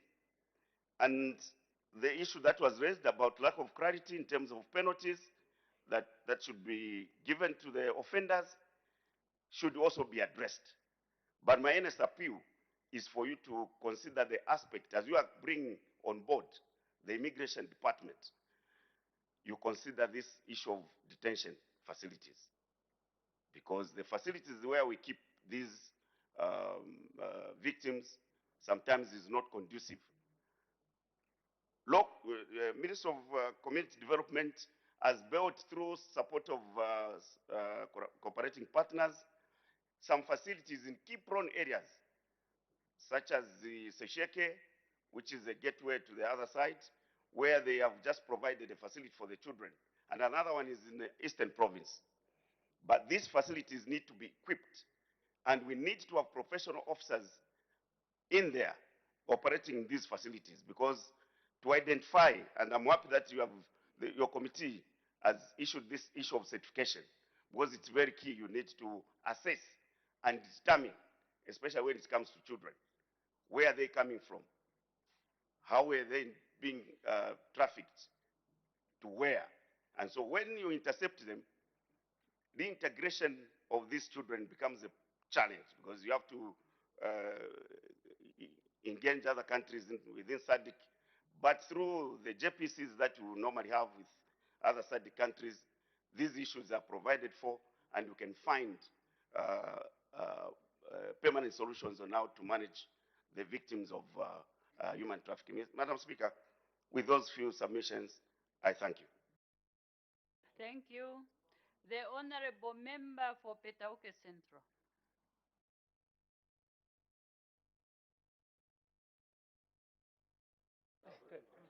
Thank you, Madam Speaker, for giving the good people of Petauke this opportunity to add their voice, although most of the points they have been already taken by the Deputy Chief Whip and the Chief Whip PF. Madam Speaker, first I want to thank the committee for the wonderful job they did, but only a few points I want to point out. This one, yes, it involves international, because I'm sure most of the cases, yes, locally there are very few, but international there are a lot. And these international, these people, it's like they're coming from Zambia, they want to go to a neighboring country, but you find that those people, they just want to go and look for maybe some resources and other money, or maybe, or green pasture in short, Madam Speaker. you find that they are caught on the way because they didn't have money to get maybe documents or maybe to be approved because some other approvals that are happening maybe in Lusaka, which is the capital city. And for them to have to find the money, the resources, it's difficult. So I support, but maybe just to be lenient, to differentiate the local like kidnappers and also human trafficking. We should also differentiate about the sentencing of these people. Thank you, Madam Speaker. Thank you. The Acting Minister of Home Affairs wind up debate.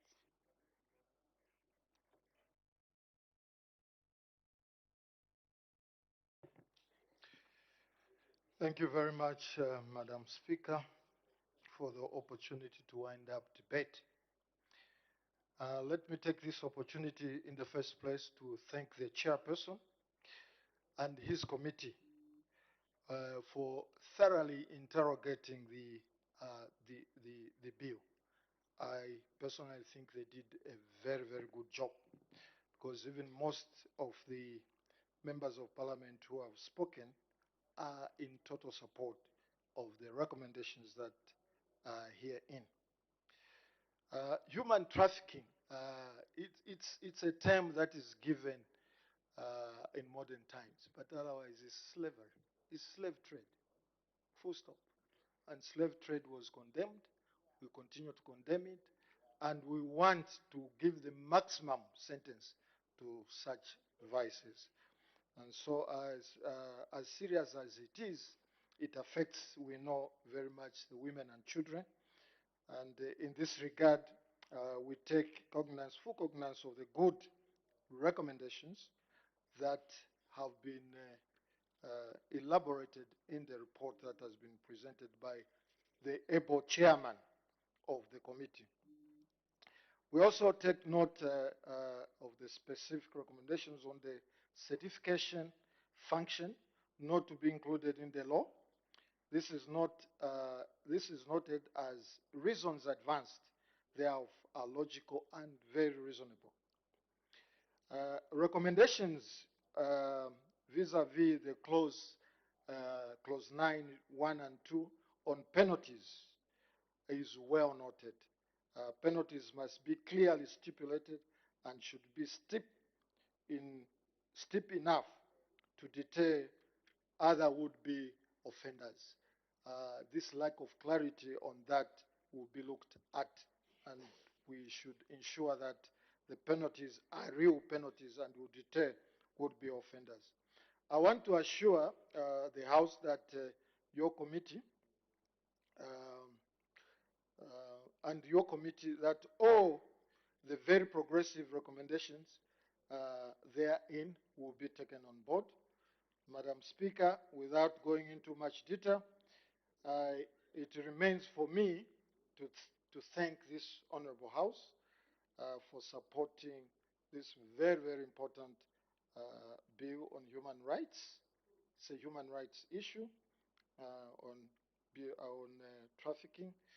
And I would like to take the opportunity to also say that the committee actually looked at funds or finances allowing. I want to refer to what Honorable Member for Shuangand was saying. Finances allowing to have detention centers specifically for the victims. They shouldn't be mixed up with criminals in the prisons. So that, I think, should be the thrust and objective and should be one which should be included in this bill. We also note that the one recommendation which is there, although people are repeating it, that there should be a new department which should be created and should be headed by the Immigration Department, which would look into the human trafficking issue. Madam Speaker, please allow me to thank you for the opportunity. Thank you very much. Thank you. I put the question. The question is that the bill be now read the second time. As many as are of that opinion say aye. Of the contrary say no. The ayes have it, and the question is resolved in the affirmative. Let the bill be read a second time. The Anti-Human Trafficking Amendment Bill, National Assembly Bill number 16 of 2022. Committee stage to be taken when?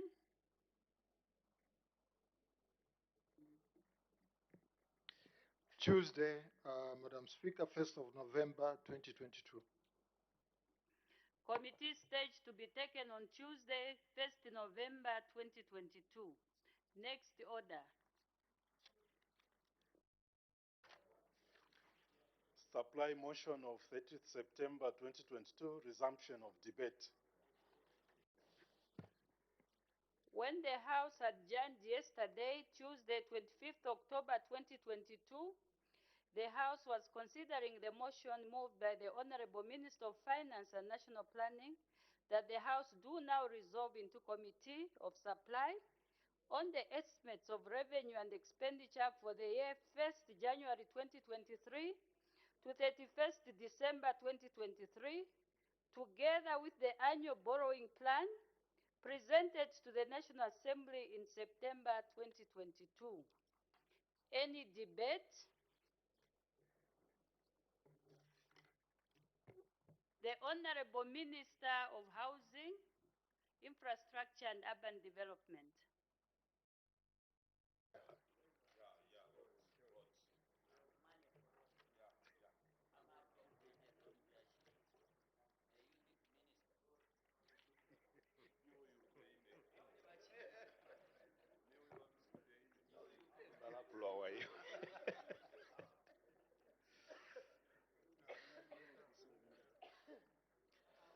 Madam Speaker, I thank you for the opportunity to contribute to the debate on the 2023 budget speech delivered by the Honorable Minister of Finance and National Planning, Dr. Stumbeko Musokotwane, MP, on Friday, 3rd September 2022. Madam Speaker, I must state from the outset that I fully support the budget presented by the very able Minister of Finance and believe that it builds a firm foundation for stimulating economic growth and improved livelihood of our people. The Honorable Minister of Finance and National Planning, being the bearer of the good message from His Excellency the President of the Republic of Zambia, Mr. Hakainde Hichilema, to the people of Zambia, has indeed scored a pass. I wish to commend the Honorable Minister for delivering a very progressive budget and for his choice of the theme, stimulating economic growth for improved livelihoods. This theme resonates well with the Zambian people who gave the mandate of economic management to the new Dawn government after observing failure by the previous government. This budget, therefore, is a step forward towards economic development, job creation, and the improved livelihoods of our citizens through socio-economic management under the New Dawn administration. The Zambian people can look forward to 2023 with the great hope that the New Dawn government is focused on delivering their campaign promises and the soon economic conditions and livelihoods will improve across the country. The Honorable Minister of Finance and National Planning took time to outline a number of socio-economic challenges, among them increased fuel prices emanating from the Russia-Ukraine conflict, the COVID-19 pandemic, and the global inflationary trends that have resulted in a global cost of living crisis. The Honorable Minister was, however, reassuring as he offered effective strategies and a policy direction on how the government intends to address these challenges in order to reduce impact on our people. Madam Speaker, by stimulating our economy, the New Dawn government is creating opportunities for our people especially our youth and women who voted massively for the New Dawn government and President Hakainde Hichilema in August 2021. Madam Speaker, the 2023 national budget provides a clear blueprint for economic transformation. Order, Honorable Minister. As the time is 16:40 hours, I suspend business for 20 minutes for a health break. Well, thank you so much for still being with us on Parliament Television. Business has been suspended for 20 minutes, and at the time business was interrupted, the House was considering the motion of supply, motion of 30th September, and it was the Minister of Housing, Infrastructure and Urban Development, Honorable Charles Milopi, who was debating. So after 20 minutes, we'll continue debating. Yes, and there's also been a number of other items that have been considered on the floor of the House. There was a ministerial statement on the intermittent electricity supply in Chama district, and this was rendered by the Minister of Energy, Honorable Peter Kapala. Madam Speaker did make one ruling and also made an announcement to be able to share with you the details of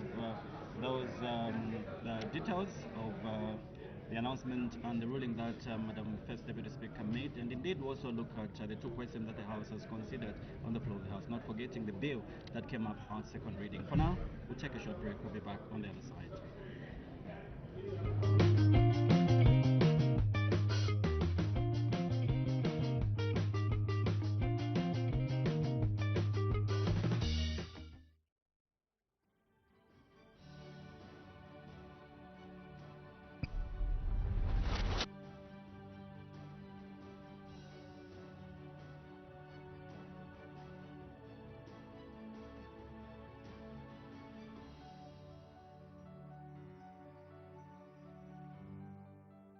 My name's Jinchi Sengangandwe, and I was born in 1989 in Mwense district.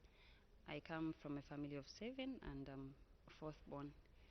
I went to school in Mansa for my primary school. I then after went to Ndola for my secondary school. I also later on went to Australian Institute of Business and Technology, where I did my foundations of law, and later on Cavendish University for my bachelor's. I later on found myself on the floor of the House, having contested against 7 men.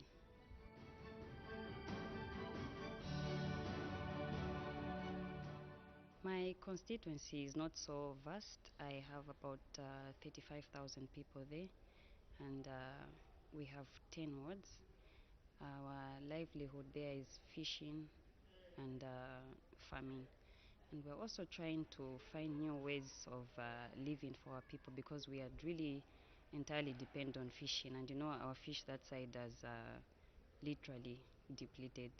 We are looking for a new way of livelihood.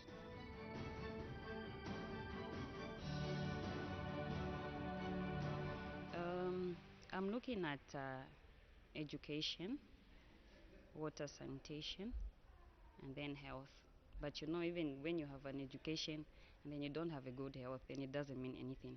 So my two priorities are water and health. So with the coming of the CDF, we are hoping we can make a few adjustments, starting especially with water and health. And as it were, we are also trying to lobby from our cooperating partners and other companies to see how they can come in and help us, so that we enhance our health care as well as water development in the constituency.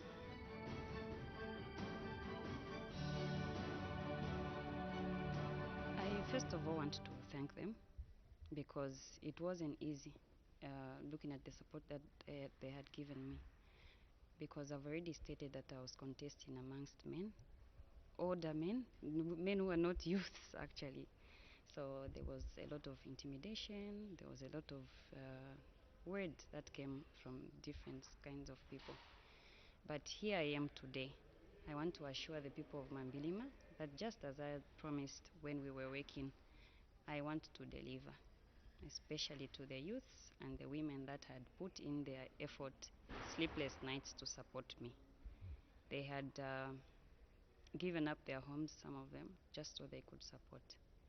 So I pledged to work for them.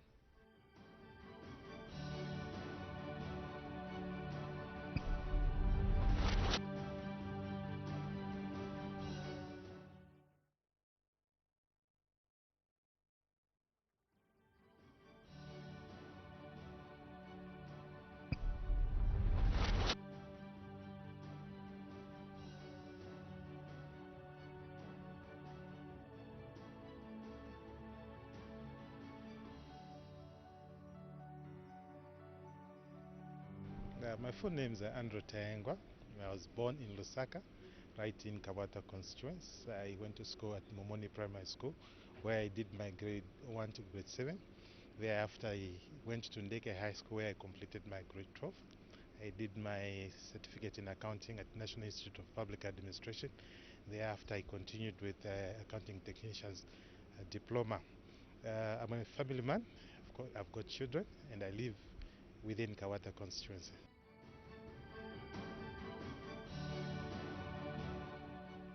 Well, Kawata constituency is a constituency that is made up of 5 wards, namely Kamlanga, Kamwala, Kawata, Libala, and Chilenje. So all these wards that you see, the wards that we have within our constituency, all of them have got their unique challenges. Specifically, you talk about Kamlanga. Kamlanga has got its own challenges because it's one of the wards that it doesn't even have many social amenities within the constituency. It's actually the least developed ward in the constituency. You get to Kamwala. Kamwala also has got its own challenges. Sadly to say that within my constituency, there are some wards, I think Libala and the Kamlanga, which do not even have either a ward, a hospital or a clinic.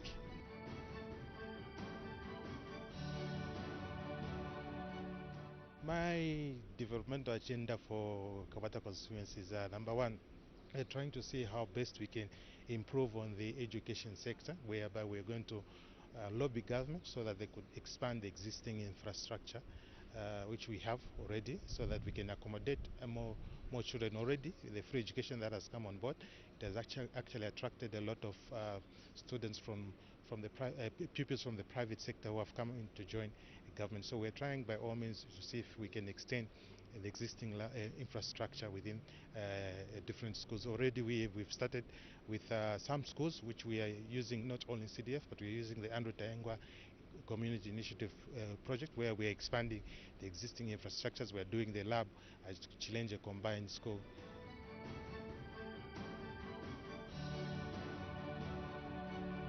My final word to the constituency is that, first of all, they must understand that Honorable Taengwa is a member of parliament for Kawata constituency, meaning that I am a member of parliament for everyone who resides within Kawata constituency, and I do not select when it comes to the projects that we are doing for the constituency. Even when it comes for people to visit my office, I do not select. I see each and every person, whether they are from the other side of the political party, whether it's be it PF or FDD or UPND or MMD. I receive everyone because these are my people that live within my constituency. So the word that I have for my constituency is that wait, better is not enough. The best is yet to come. We are still working hard to ensure that we bring development to the constituency. If you check what we have already started doing within the constituency, we have already started putting up a health facility where we're expanding it through, of course, like I said, the Andrew Taengwa Initiative project, where we are expanding the lab, putting up a lab and AR treatment right in Chalala, Chilenje area. Then also through the CDF, there are some certain projects that we have selected that we'll be able to see very soon in the constituency, especially when it comes to expanding either police posts or health facilities, including schools.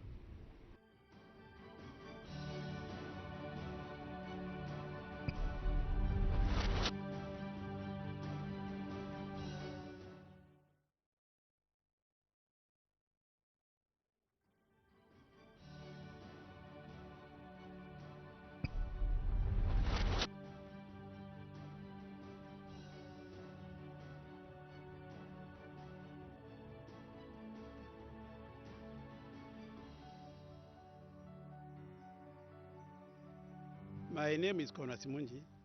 I was born from Mr. and Mrs. Simunji in Namamumba village in the eastern part of Narikwanda. I did my primary school at Namshishe Primary School in 1974 to 1977.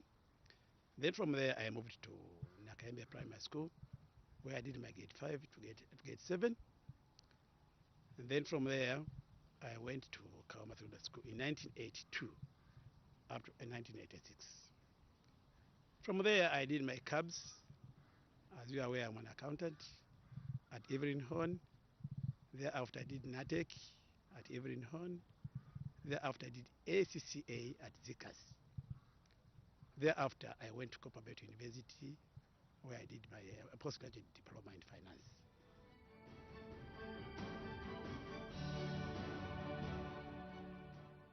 Narikwanda constituency is a very nice constituency, though in a very bad state.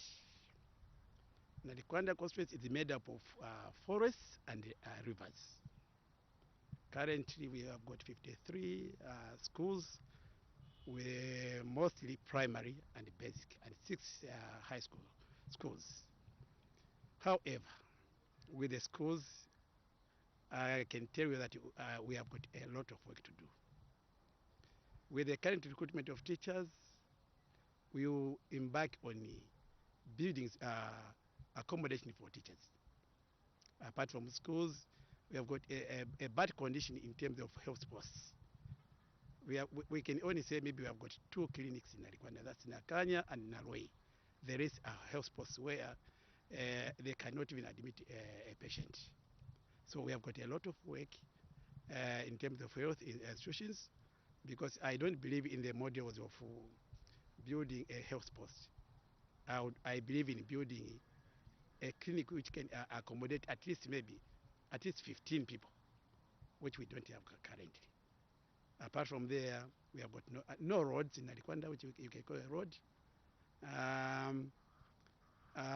Last year, actually, we had an accident where teachers who were coming from a function in Mongo, their vehicle fall into a river.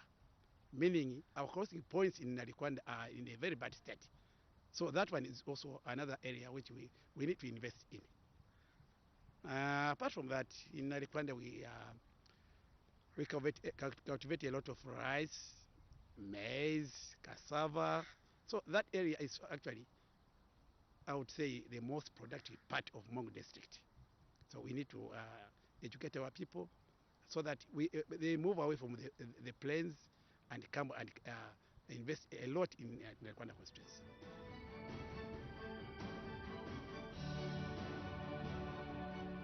In Narikwanda, we have got a very big plan for them. With the CDF which has been given to the constituencies, we plan to start with the crossing points first. That's our first point. When we finish that one, we move to the clinics. If we can manage even to build mini hospitals, that would be better. Actually, I have managed to secure a mini hospital for Nakanya, which is where we are trying to see if we can put a district. On Saturday this coming weekend, I'll be in Nakanya, where I'm meeting all the chiefs in Narikwanda, where we are going to discuss about developmental issues in Narikwanda.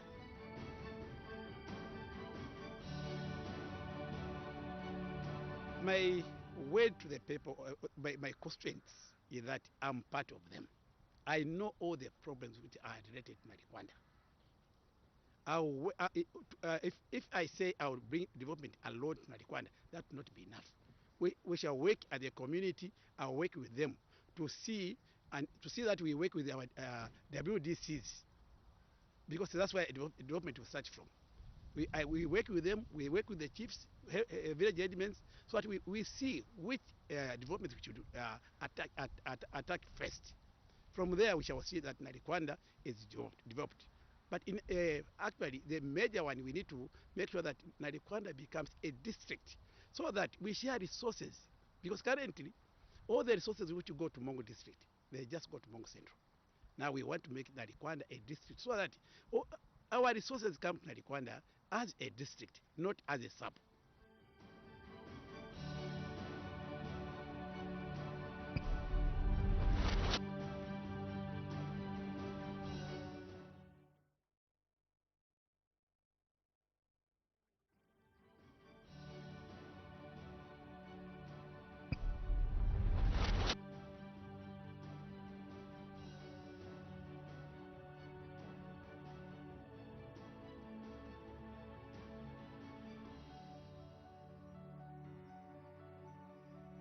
My name is Honorable Usale Simbao, Member of Parliament for Luancha constituency.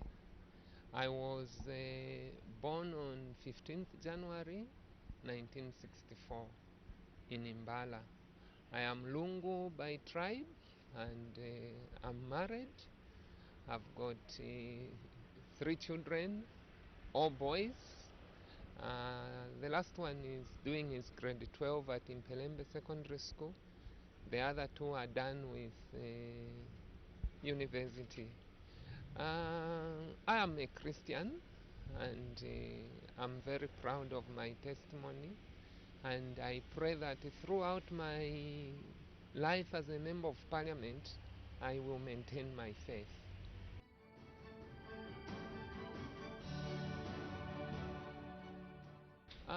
Luancha constituency is quite a big constituency. We've got about, I think, between 170 to 200,000 people, and there are 16 wards, different wards, and these wards are scattered. Some of them are right in the rural, in the town setup, if you want, but the others are in the rural part of Luancha type of setup, so you find that to get to them you have got to really be tough, because some of them are not even reachable by vehicle, so you have to park the car as you go to visit them. But my constituency right now as it stands, it's nothing to be proud of. We've got people who are very zealous, who want to prosper, who want to do something really good for this country, but a number of things hinder us. For example, the roads. Luancha constituency is terrible. We are really suffering. Luancha constituency has been neglected for too long a period, so you find that the road structures are very, very bad, even the infrastructure. So Luancha constituency on its own is not doing very, very well.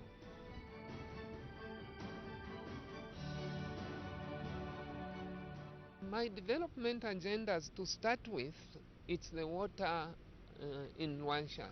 You will be very lucky to see a drop of water in Luancha. But now I am working closely with the Minister of Water to make sure that Luancha is well maybe attended to in terms of the water. So really the main thing is the water, that if we can have water in Luancha, that will be a big step forward. The other one, as I said earlier on, it's the roads. You can't like to drive in Luancha. So if we can have the roads done in Luancha, those are the things that I'm looking at. Water and roads are very, very key in Luancha.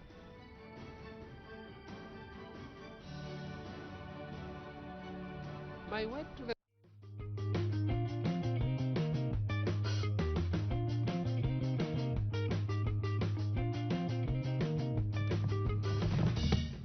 Thank you very much for being with us on the Parliament Television. The House business of the House should be resuming shortly. And just now we have a look at what has been discussed on the floor of the House from the time the House started sitting at 14:30 hours. At the time business was interrupted for that 20 minutes health break, it was Honorable Charles Milopi, Minister of Housing and Infrastructure, Urban Development, was on the floor of the House debating the motion over supply. So when business resumes, he'll continue debating. Yes, earlier on there was an announcement by the Honorable Madam Speaker, and she informed the House that the workshop organized by the Minister of Small and Medium Enterprises Development, which was supposed to take place tomorrow, which is Thursday, 27th October 2022, has been postponed to Tuesday, 15th November 2022, and the time and venue remain the same. And Madam Speaker did also render a ruling. We'll be able to share with you details of that ruling after adjournment. For now, we'll cross back to the floor of the House for resumption of today's business.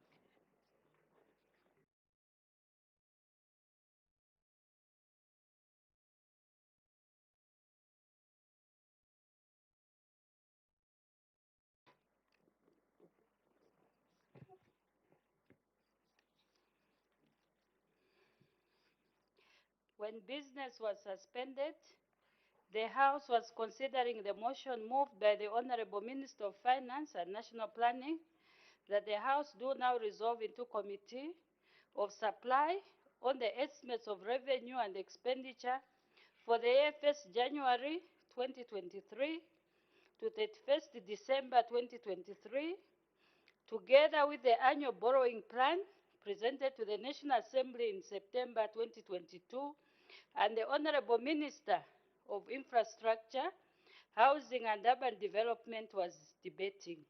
May the Honorable Minister continue.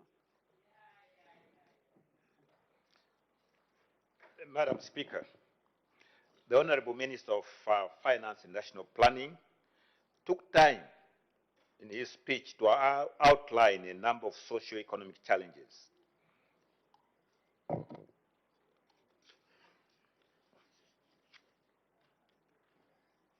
But the main thing is that his budget provided a clear blueprint for economic transformation and job creation through value addition and industrialization anchored on agriculture and tourism.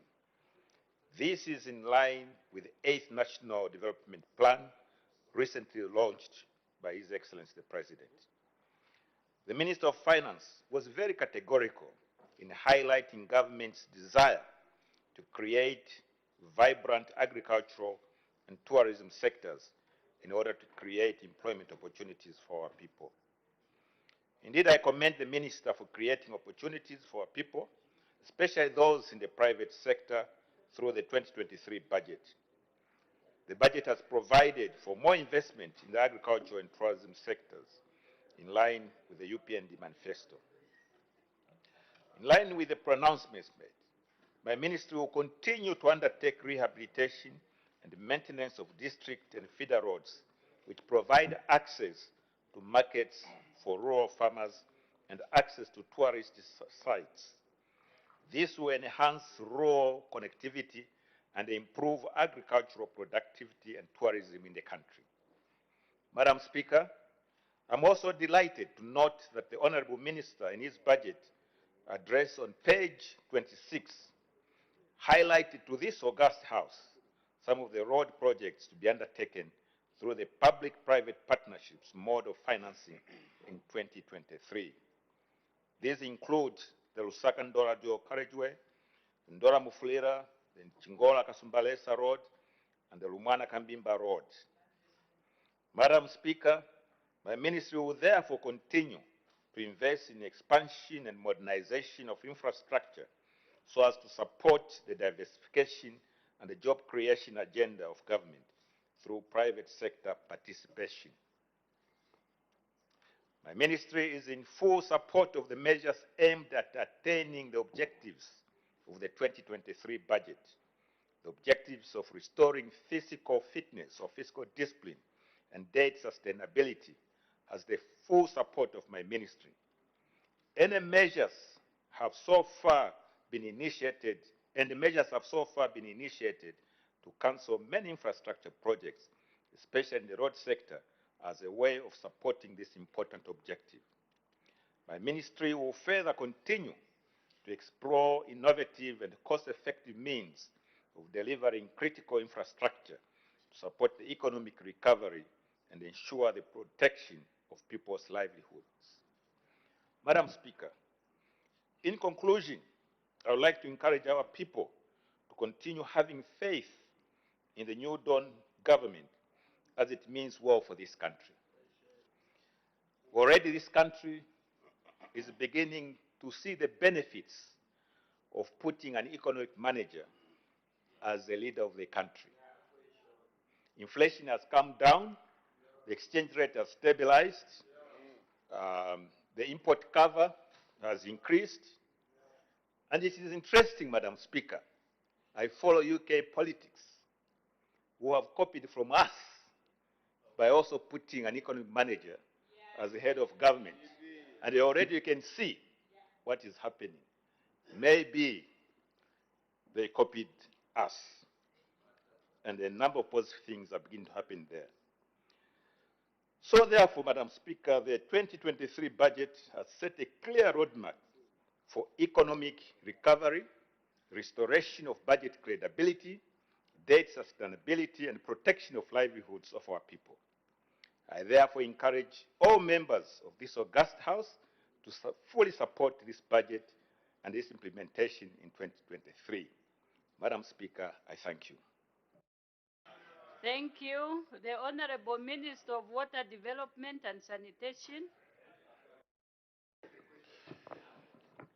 Madam Speaker, I wish to thank you for according me this opportunity to add my voice in congratulating the Honorable Minister of Finance and National Planning, Dr. Stumbeko Msokotwane, for successfully presenting a well-elaborated 2023 national budget.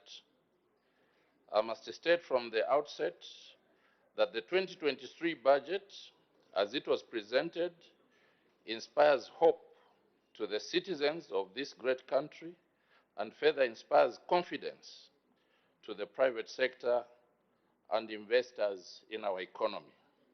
The new Dawn government, under the visionary leadership of His Excellency the President of the Republic of Zambia, Mr. Hakainde Hichilema, has already started demonstrating clear commitments towards national development through the implementation of programs that will stand for policies such as free education, reinstatement of meal allowances for students in public universities, fiscal decentralization as seen from the increased budgetary allocation to the Constituency Development Fund, CDF, as well as the restoration of law and order around public places such as bus stations, markets, among others.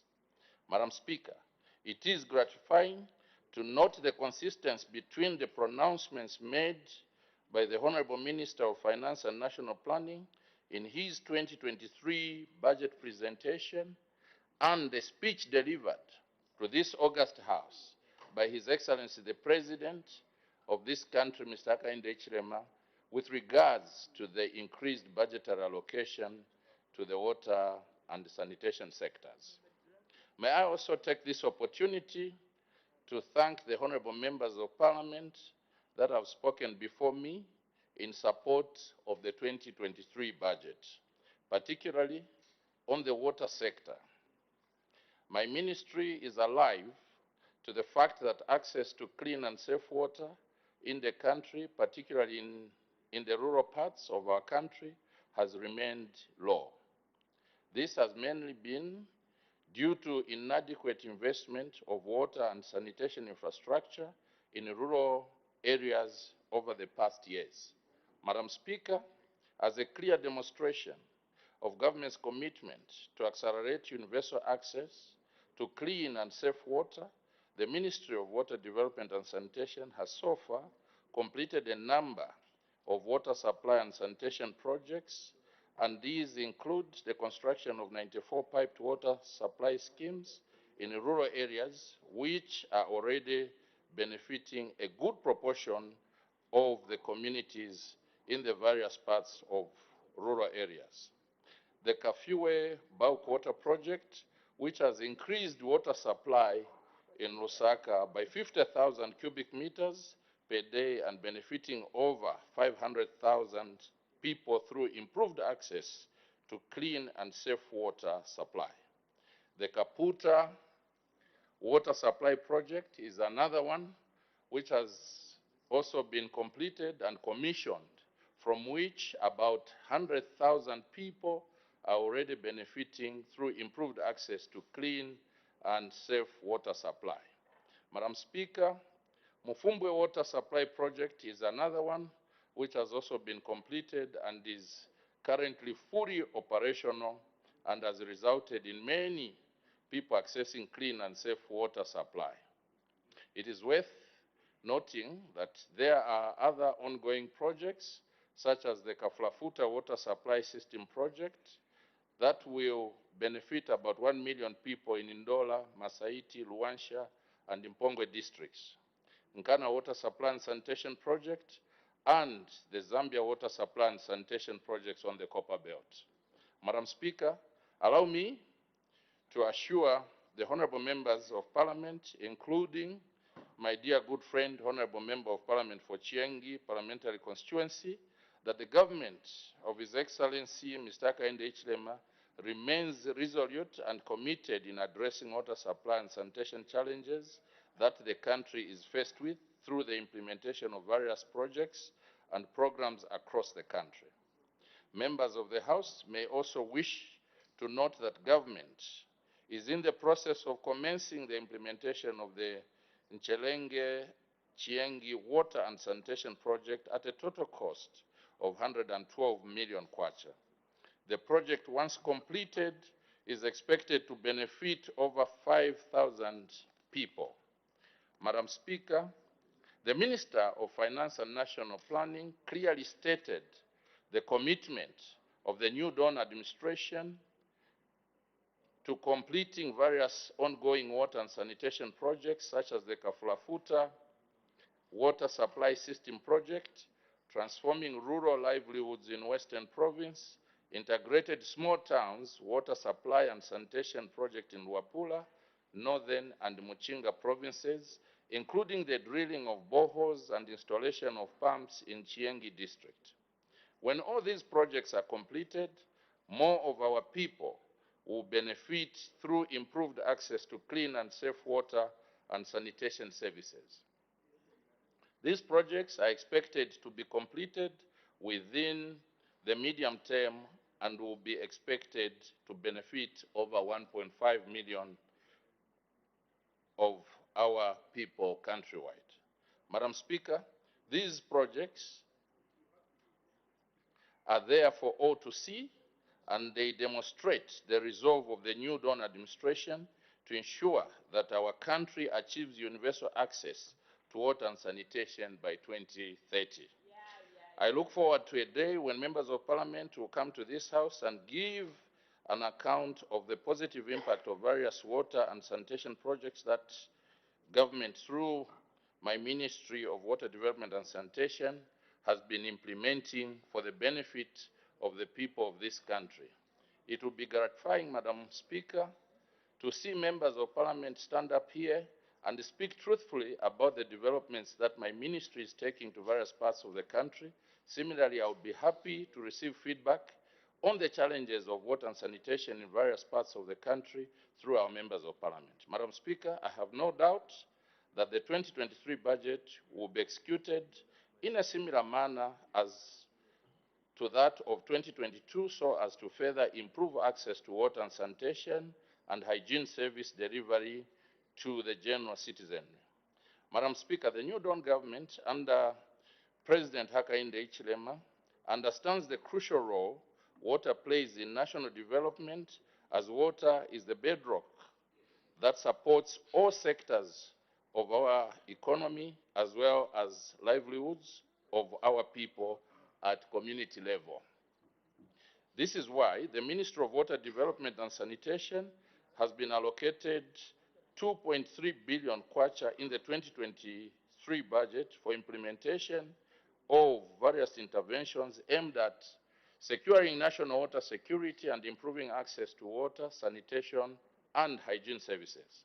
Madam Speaker, you may recall that His Excellency in August this year launched the Zambia Water Investment Program, which is an ambitious program that will revolutionize investment in water and sanitation sectors up to the year 2030.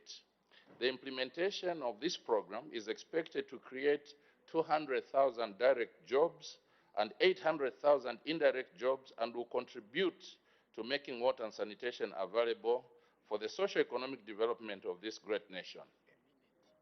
This program is expected to minimize water losses, enhance national water security, and improve and sustain the provision of water supply, sanitation, and hygiene services countrywide. Madam Speaker, the New Dawn administration will continue to invest in water-related infrastructure in order to increase the storage capacity and attain national water security. Government will also continue to invest in water supply and sanitation in both urban and rural areas in order to accelerate the attainment of the national aspiration as espoused in the Vision 2030 on achieving access universal access to water and sanitation services.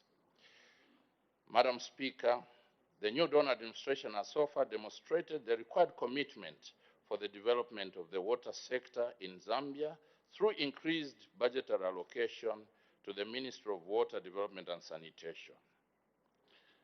Truly, it is undeniable fact, Madam Speaker, that Zambia is moving forward under the new Dawn administration. I thank you. Thank you. The Honorable Minister of Tourism.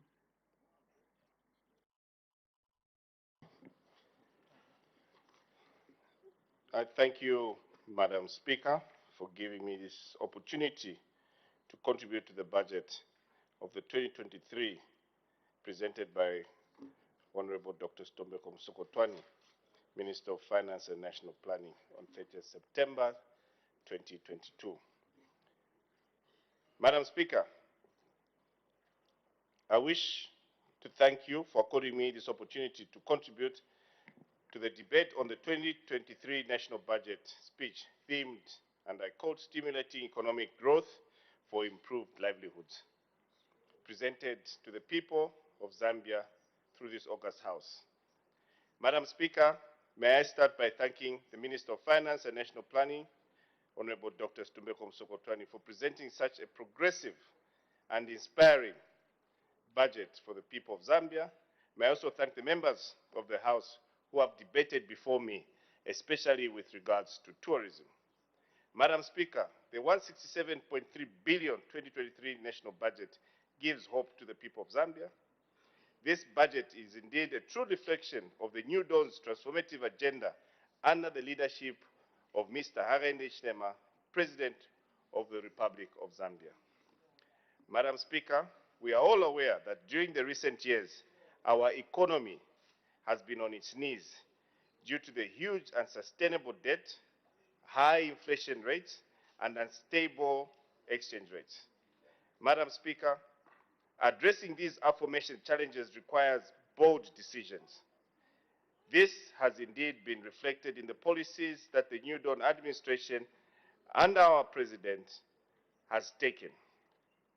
The New Dawn's administration has demonstrated the importance of prudent fiscal discipline and management during the last 1 year, as it has been in power.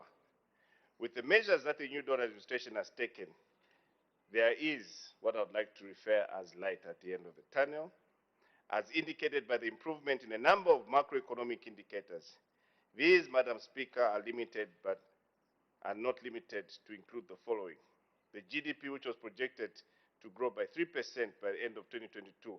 The inflation rate that has slowed down to single digits, 9.9, Madam Speaker, for September 2022, compared to 21.1 in September the same year, last year. Exchange rates have also stabilized, and the kwacha has over year to date basis appreciated by 5.2 to about 16 kwacha per US dollar. Madam Speaker, the 2023 budget will therefore consolidate the achievements and successes registered during the last 1 year that the New Dawn government has entrusted to run the affairs of the country by the people of this great nation, Zambia. Madam Speaker, as you are well aware that the tourism sector, where I'm fortunate to preside over as Minister, is one of the priority economic sectors mandated to drive the economic transformation and job creation agenda for this country. However, in the last 2 years, the sector was adversely affected by the COVID-19 pandemic, which saw a drastic slowdown in tourism activities, including a reduction of 60.4% in international and 33% domestic arrivals, respectively. Loss of employment in the hospitality industry, among others. This ultimately resulted in poor performance in our sector. Madam Speaker, following the easing of the COVID-19 related restrictions, the tourism sector is posting positive indicators of recovery. The numbers of both international and domestic tourist arrivals increased during the first quarter of 2022 compared to the same period in 2021.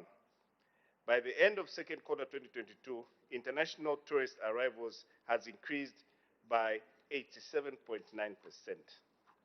Madam Speaker, the 2023 budget contains progressive measures that will greatly assist in the full recovery and growth of the tourism sector. Some of the progressive measures proposed in the 2023 budget that will have a significant bearing on the tourism sector are not limited to the following. Number one, the provision of incentives, such as the suspension of customs duty on importation of selected fixtures and fittings, capital equipment, machinery, and safari vehicles. Two, waiver on visa fees. I repeat, waiver on visa fees for tourists from the United Kingdom, United States of America, Canada, Norway, Australia, China, Japan, South Korea, the Gulf states, the European Union will greatly stimulate growth in the sector. Madam Speaker, to ensure that the sector benefits from these measures, my ministry will continue to develop and upgrade of tourist infrastructure in destination sites such as Kasaba Bay, Liuwa National Park, the Northern Circuit, including Zambia Beach. Further, my ministry will step up the tourism promotion and marketing of Zambia as a preferred tourist destination, including the appointment of tourism attachés in key tourism source markets to ensuring that Zambia is known world over. Madam Speaker, the commissioning of the Kenneth Kaunda Wing at the Bulungushi International Conference Center has strengthened the country's position to host international conferences, meetings, workshops, and seminars. This has greatly enhanced the country's visibility as a meetings, incentives, and conferencing exhibition popularly known as MICE destination. To this effect, my ministry will work with all relevant government departments and stakeholders to bid for hosting international meetings, conferences, and events, as already evidenced in the last few months, Madam Speaker, where Zambia has been a beehive of these international meetings owing to the fact that the UPND government is in power. Madam Speaker, as I conclude, let me once again state that the 2023 budget is very progressive and it gives hope to the many people of Zambia. The implementation of this budget will indeed bring about the desired economic transformation that all Zambians wanted and voted for in 2021. Madam Speaker, tourism is one such industry that will attract more jobs, and we all know that 1 out of 10 jobs globally being created out there is in the tourism sector. So we have an opportunity for our entrepreneurs in our country to take advantage of this particular initiative. Madam Speaker, with these few remarks, I strongly support the 2023 budget and look forward to a fantastic 2023. I submit, Madam Speaker. Thank you. The Honorable Minister for Lusaka Province.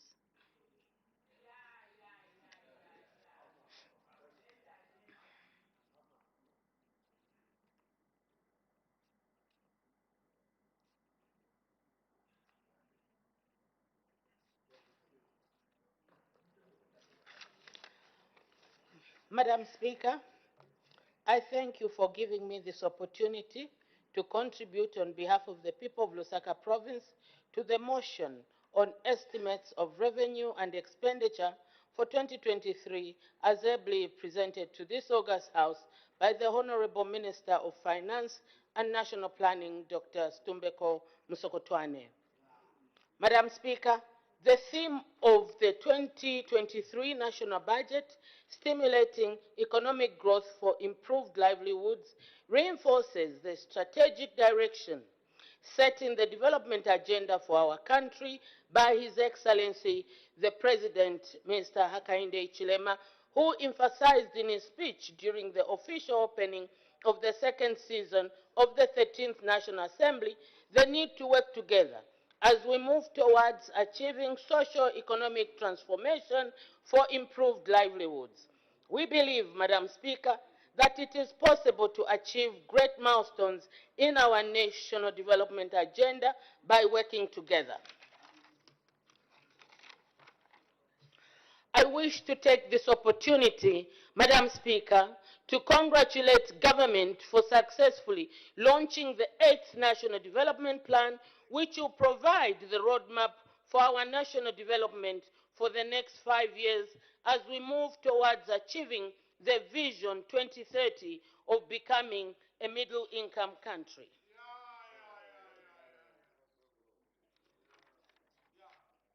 Allow me now, Madam Speaker, to share with this august House some of the notable achievements recorded in various sectors of our economy in Lusaka province. In the agriculture sector, government has continued implementing the Fertilizer Input Support Program, FISIP, with beneficiaries for the 2022-2023 standing at 59,188. Inputs have already started being positioned in districts in readiness for distribution to farmers. Madam Speaker, government is working to ensure that all the inputs are delivered to the districts before the end of November 2022. Madam Speaker, in terms of crop marketing, particularly maize and soybeans, government, through the Food Reserve Agency, has purchased soybeans valued at 24 million and maize valued at 13 million, respectively. So far, 50% of the total value of the crops has been paid for. Government is working towards making full payments to the farmers. Madam Speaker, in the area of social protection, Lusaka province currently has a caseload of 51,118 households receiving bi-monthly social cash transfer payments ranging from 400 to 800 per household. The cash payments have improved livelihoods for the beneficiaries. I am happy to report, Madam Speaker, that in an effort to improve the quality of education in the province, government has implemented the following interventions.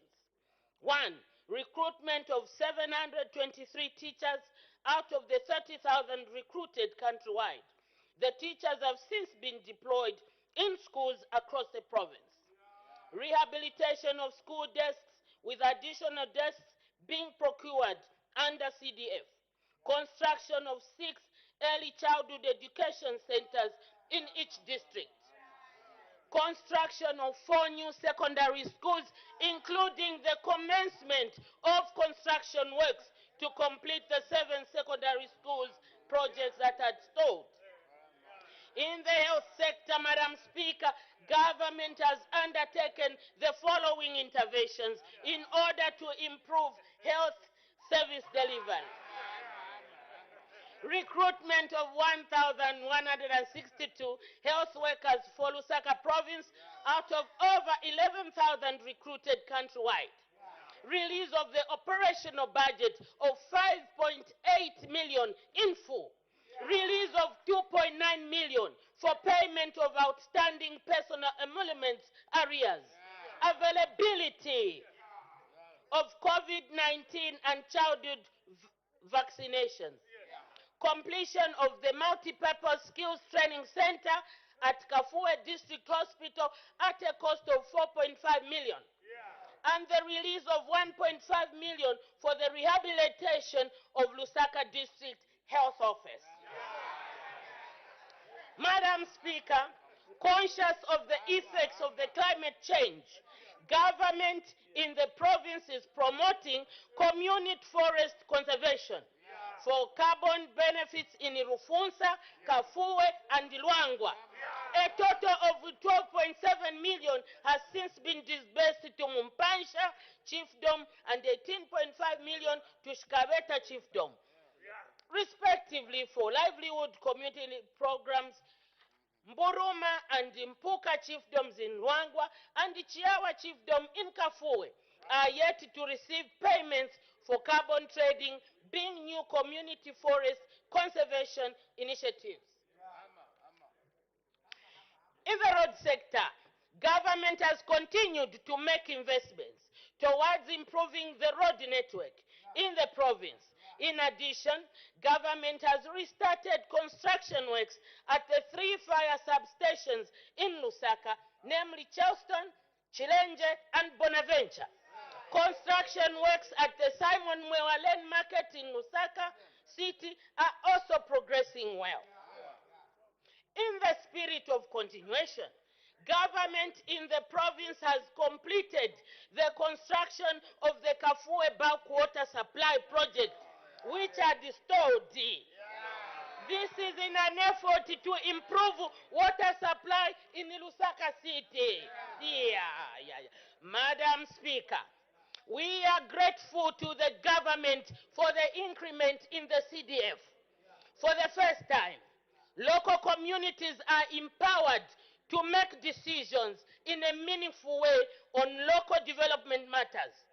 For Lusaka province, we have managed using CDF to expand on classroom space, procure school desks, expand infrastructure at health facilities, including paying bursaries for some of our children, included in Shiwangandu, who could not afford the school fees.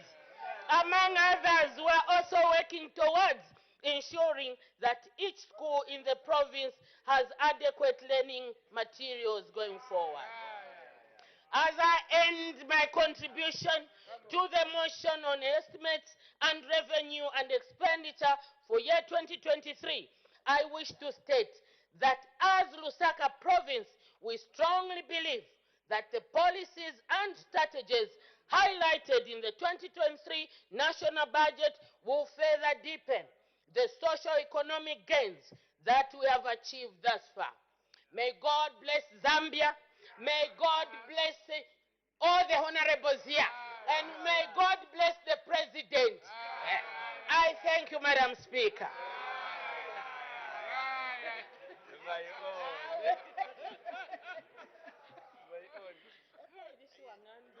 The Honorable Minister of Justice.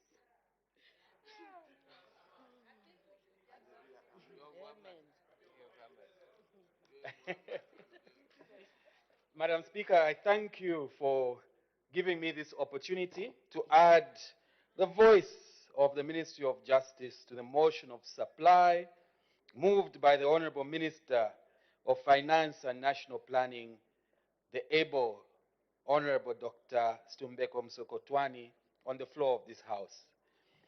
May I also take this opportunity to thank particularly the last debater for waking us all up and giving the debate the life that it deserves. I hope I'll be equal to the task, Madam Speaker, but will do my part as well. Madam Speaker, let me begin by thanking the Honorable Minister of Finance and National Planning for yet another thorough and well-presented budget address. As the Minister responsible for justice, I am conscious of the burden we carry as custodians of the governance pillar in the 8th National Development Plan for and on behalf of our beloved country and our beloved people. Madam Speaker, I am also alive to the key role in actualizing the efforts of the Ministry of Finance and National Planning that we play as the Ministry of Justice, indeed as one government. Madam Speaker, let me hasten to mention first and foremost that the Ministry of Justice has taken note of the legislation that has to be introduced in this August House in order to actualize the budgetary goals that aim to achieve significant socio-economic milestones in the country. Madam Speaker, at the very apex of this drive is the avoidance of unsustainable debt, and to that end, the Public Debt Management Act 2022 was enacted by this Honorable House during the last sitting. This act and other efforts, as highlighted in the budget address, demonstrate and continue to demonstrate that the new Dawn government is action-oriented and endeavors to fulfill its promises to the people. The implementation of the Public Debt Management Act 2022 will strengthen the public debt management in the country and enhance transparency and accountability. In order to aid in realizing the goal of debt reduction, The Ministry of Justice is currently assisting the Ministry of Finance and National Planning in formulating and finalizing regulations to operationalize the salient provisions of the Public Debt Management Act 2022. This is in keeping, Madam Speaker, with the new Dawn's objective of transparency and prudent economic management. Madam Speaker, to further enhance accountability and transparency in the management of public resources, we as the New Dawn government are finalizing the review and development of the new national anti-corruption policy. This process is transparent and comprehensive and involves all stakeholders for better consensus building in order to establish a durable policy that is anchored on broad-based consensus. To this end, Madam Speaker, I commend the Honorable Minister of Finance for proposing an increase in the allocation of the Constituency Development Fund from the 25.7 million kwacha in the last budget to 28 odd million in the forthcoming budget. The New Dawn government is indeed walking the talk by empowering its citizens to make decisions at local level and by allowing them to select projects that directly address their needs. Madam Speaker, to further support the government agenda of decentralization and taking legal services closer to the people, the Ministry of Justice will decentralize to all provinces in accordance with Article 177, Sub-Article 6 of the Constitution of the Republic of Zambia, Act number 1.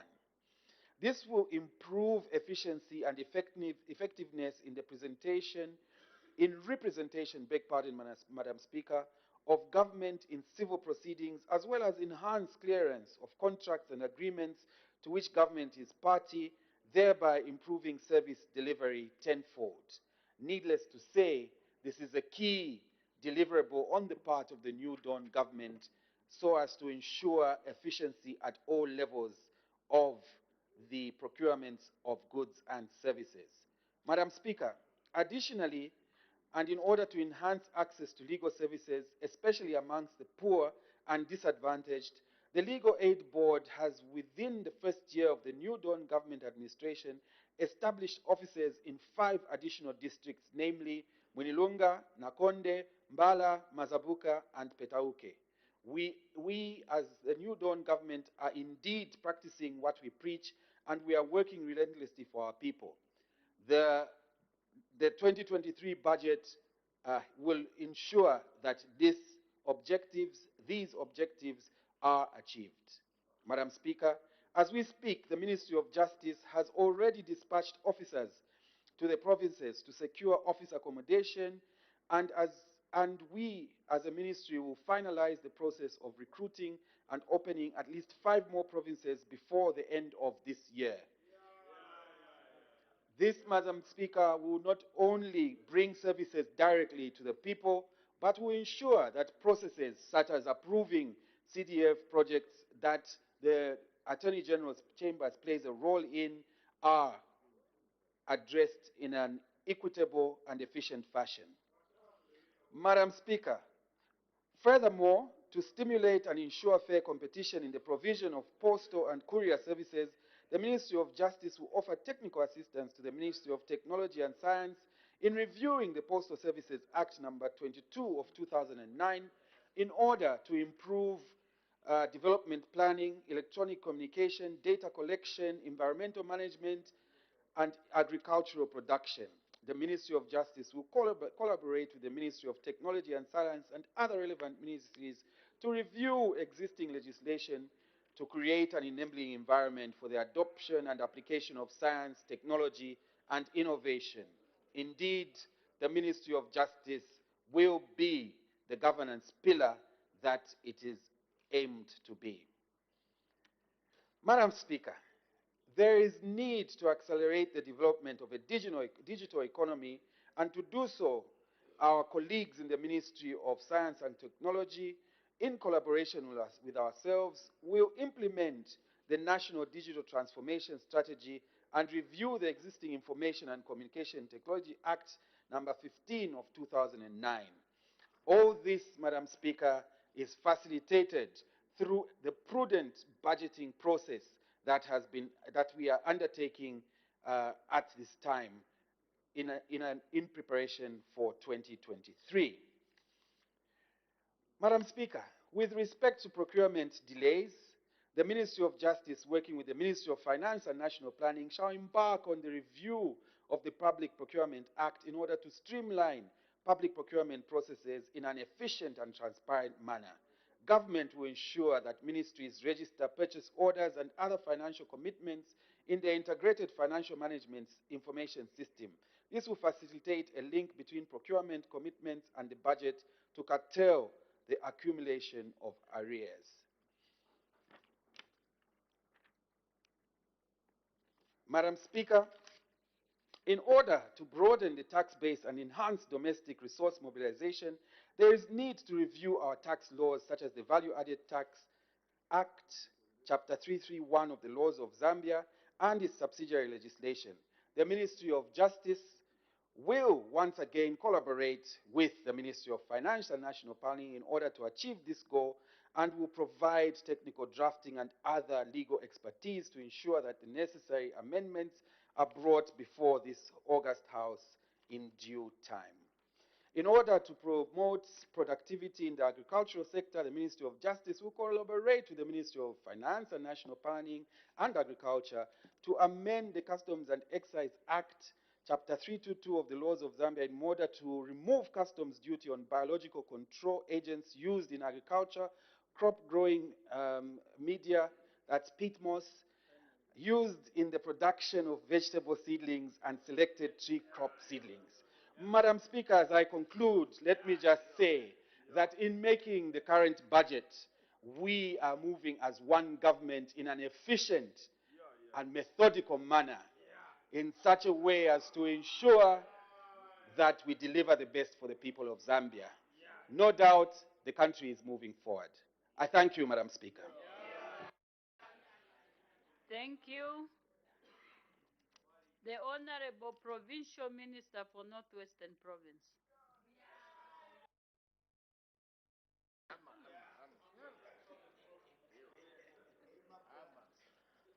Madam Speaker, thank you for giving the voice of Northwestern Province to debate the 2023 budget on behalf of the people of Northwestern Province. Madam Speaker, our people in Northwestern Province are extremely pleased and delighted with the 2023 budget as it speaks to their expectation.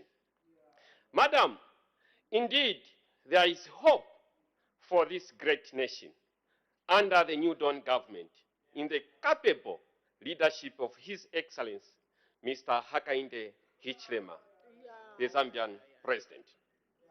Madam Speaker, this country places its hope for development in the agriculture sector. Madam, as you are aware, Northwestern Province sits on a big land and forest. In view of this, the government has demonstrated its desire to ensure the growth of this sector by planning for the employing of 256 extension officers, as well as rehabilitation of 536 camps. Madam, this will definitely improve the provision of extension services too, especially small-scale farmers, and in turn increase agriculture productivity. Madam, the farmers of Northwestern Province are eagerly positioning themselves to benefit from these services. Madam Speaker, our farmers in areas like Kasempa, Mufungwe, and many more will take this opportunity to turn Northwestern Province into this nation's food basket. Madam, The caring UPND government, under our visionary leader, Mr. Hakainde Hichilema, has delivered hope to our people who were almost giving up on farming. Madam Speaker, creation of a conducive investment environment is prerequisite for attracting the right investment that will ensure quality job creation and wealth. Madam, this is the desire of the New Dawn government, that the people of Zambia should benefit from the rich resources that the country is endowed with. It is for this reason, Madam Speaker, that the UPND government has already managed to attract and secure an investment of 1.35 billion US dollar for the expansion of Kasanshi project and development of the brand new nickel project by First Quantum Minerals. Madam Speaker, Northwestern is now a new copper belt. Madam, without the intervention of our president, your president, Mr. Hakainde Hichilema, the three big mines in Northwestern province would have gone, owing to then hostile investment climate. Madam Speaker, the face of Northwestern province is changing, and our people shall no longer walk with the shame of being among the least developed provinces. The UPND government has facilitated the establishment of a multi-facility economic zone in Kalumbila to promote mining and non-mining linked manufacturing for both the Zambian and the Congolese markets. With this, Madam, Kalumbila will become an industrial city grounded on supporting the mining industry. In addition, Madam, real estate development will be undertaken in Kalumbila so that there is orderly urbanization. Madam Speaker, the Kambimba border post, which was talked by the Minister of Infrastructure. Madam Speaker, this road will pass via Kakoma Chiefdom of Mwenyilunga. Madam Speaker, this will open and decongest the Kasumbalesa border post. Madam Speaker, the Northwestern province are hoping that the Kipushi border post leading to Lubumbashi in the Democratic Republic of Congo, Chavuma, Kalipande border post, and the Jimbe border post leading to Angola, if worked on, will improve efficiency and reduce time spent at the borders. Madam, this truly is a listening government. Our people will have access to bigger markets to export their produce. The cry of our people in Northwestern province and the country at large has been answered. Madam Speaker, you may be aware that there are many high schools, some going as far back as 2010, which have remained uncompleted in the past. Let me say 12 years ago. Madam Speaker, the failure to complete this key infrastructure has deprived our people of the much needed education. In 2023, the UPND government, Madam Speaker, will embark on completing the 115 secondary schools with an addition 120 new secondary schools to be built with the support from the World Bank. This is a tremendous move, Madam Speaker. Madam, this declaration of completing unfinished infrastructure has excited the people of Manyinga district, which has a lot of incomplete and restored health posts, it being a newly created district. Madam, our children in rural Solwezi and Mushindamo districts were reduced to destitutes, while attempting to get the best of education in public institutions of high learning. Madam Speaker, this shall be the thing of the past.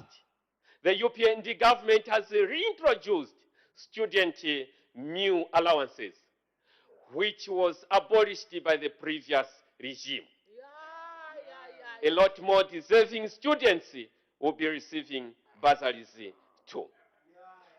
Madam Speaker, the people of Northwestern Province wait in eager expectation of the relocation of the provincial headquarters to a central location to cater for those in far west areas like Zambezi, Bank, areas of Kakeki, Chinyamaritapi, and those to the east, including Ikelenyi, Manyinga, Mwenyilunga.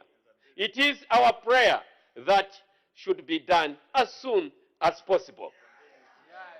Madam Speaker, with these few words, I support this, the best ever budget that was presented on this floor of the House. Madam Speaker, I thank you.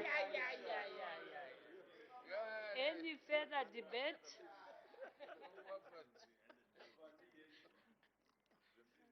Honorable Ministers, I see none.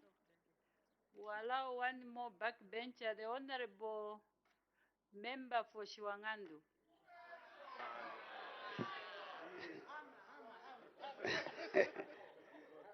Thank you so much, Madam Speaker, for giving me this opportunity to also make a comment on the motion of supply, which was moved by the Honorable Minister of Finance. Indeed, Madam Speaker, the budget of 2023, like any other budget, is a wish list. And this wish list has to be realized through the implementation of the measures that are put in place to generate the required revenue to support the expenditure that is outlined by the Honorable Minister of Finance. I want to start by commending for one thing, Madam Speaker, that he has taken most of the contents of the strategic paper, which was done on industrialization and job creation somewhere around 2012 by some eminent citizens that included people like the Bob Stingers and others. The minister has attempted to get the contents of that strategic paper. And what remains is for him to provide resources to ensure that those strategies are implemented. Because that's where the real job creation, Madam Speaker, lies. You cannot commend yourself for employing people in the public sector. The works in the sectors that exist in the public sector, such as education, health, and others, are routine programs of any government. That's why we are here today to represent our people, because the education sector has always been there. Yeah. Teachers have always been employed. Health sector is the same. We have had hospitals. So, and doctors have been employed by successive governments. Obviously, starting with UNIP, who created most of these institutions, and the successive governments that came. So, employing of public servants should not be viewed as job creation. That's not job creation. And I think the Minister of Finance knows what he'll be grappling with to look at the public wage bill. That said, Madam Speaker, I want to implore the Minister of Mines, the Minister of Finance, who hasn't come to this August House for the first time. He was here in 2009, 2010, and is back this year. I don't know why as Zambians we want to be apologetic when dealing with the mining sector. Because in as much as we want to diversify into agriculture, our main natural capital, God-given, Madam Speaker, is the mining sector. We privatized these mines 30 years ago, but up to now we can't get it right in terms of taxes that we should get these minings to pay. And even these debts that we are servicing and the debts that our colleagues are contracting, which are the same debts, will have to be paid at some point. And if we don't have honest conversation about how much we should generate from our natural capital, we will be going round in circles. So, Madam Speaker, my encouragement to the minister is to take pragmatic decisions. This issue. Order, Honorable Member for Shuangandu. There's a request for a point of order from the Honorable Member for Momba. What is your point Madam of Speaker, order? thank you very much. I rise on a point of order according to Standing Orders 65. Madam Speaker, we all know that the current finance minister was also the finance minister for 2021. Is the Honourable Member of Parliament for Shuangandu in order to indicate that the current finance minister is just back this year as Minister of Finance, forgetting that even last year, Madam Speaker, from August last year, 2021, he was also the finance minister. Is in order, Madam Speaker, just to indicate that he is back this year. I seek your serious ruling, Madam Speaker. Of course, we all know that Honorable Musokotwani was actually the first minister, finance minister for the UPNG government. So he was there last year and is here today with us. So the Honorable Member for Shuangandu was actually out of order to say that the minister just came back this year, because he has been with us even last year. The Honorable Member for Shuangandu will continue. Thank you so much, Madam Speaker. And for the purpose of the Honorable Member, who probably came much later, what I stated was that in 2009, 2010, the current Minister of Finance came to this August House presenting budgets, unless he's disputing that, and he contracted some debts that we are still paying. That's what I was trying to say. So let's learn to appreciate history. Madam Speaker. Honorable Member, I think you can continue. Madam Speaker, what I'm just trying to say is that we need to have honest conversations on how much we get from these investors. We need to understand that those trenches they are digging, where they're extracting copper, those tunnels underground will have to be managed by our future generations to come. And if we can't generate anything from what is coming out of those trenches, the Minister of Green Economy will have nowhere to get the money from to deal with the environmental degradation that will be caused with these mines. Madam Speaker, the other issue I would like to disagree with the Minister is the proposal to pull out government from the energy sector and the petroleum sector in particular. I don't know what policies the government is trying to come up with. In one breath, they are telling us they are going to do a pipeline from Namibia, pipeline for crude, and pipeline for gas.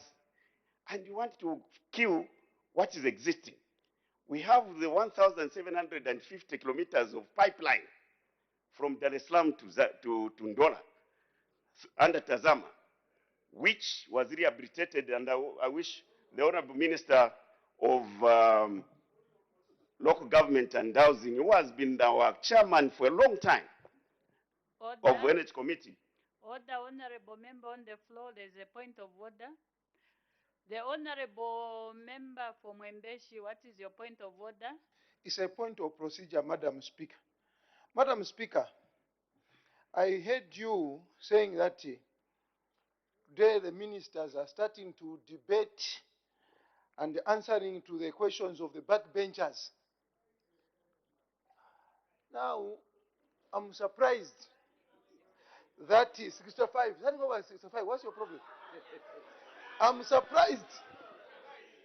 Madam Speaker, how can the procedure be broken? How can we start abrogating our own procedure when the man standing here debating is a former minister? The viewers and the countrymates think that he is still in office. Are we in order to allow him to continue debating as a backbencher? Madam Speaker, I seek your serious ruling. Honorable member, what standing order has been breached?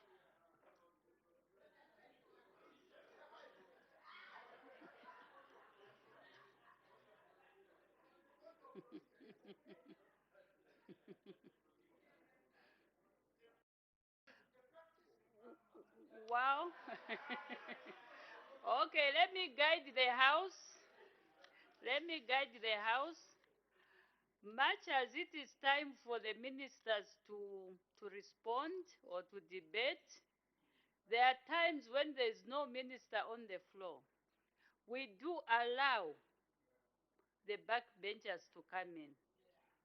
Only in specific incidences like now, I had called to say, do we have any further debate from the honorable ministers? And there was no indication. But we just had an indication from one backbencher. We do allow. But if the space is taken up by the honorable ministers, then there's no room for the backbenchers. We may continue. Profound gratitude, Madam Speaker, for guiding my colleague who is still junior than me.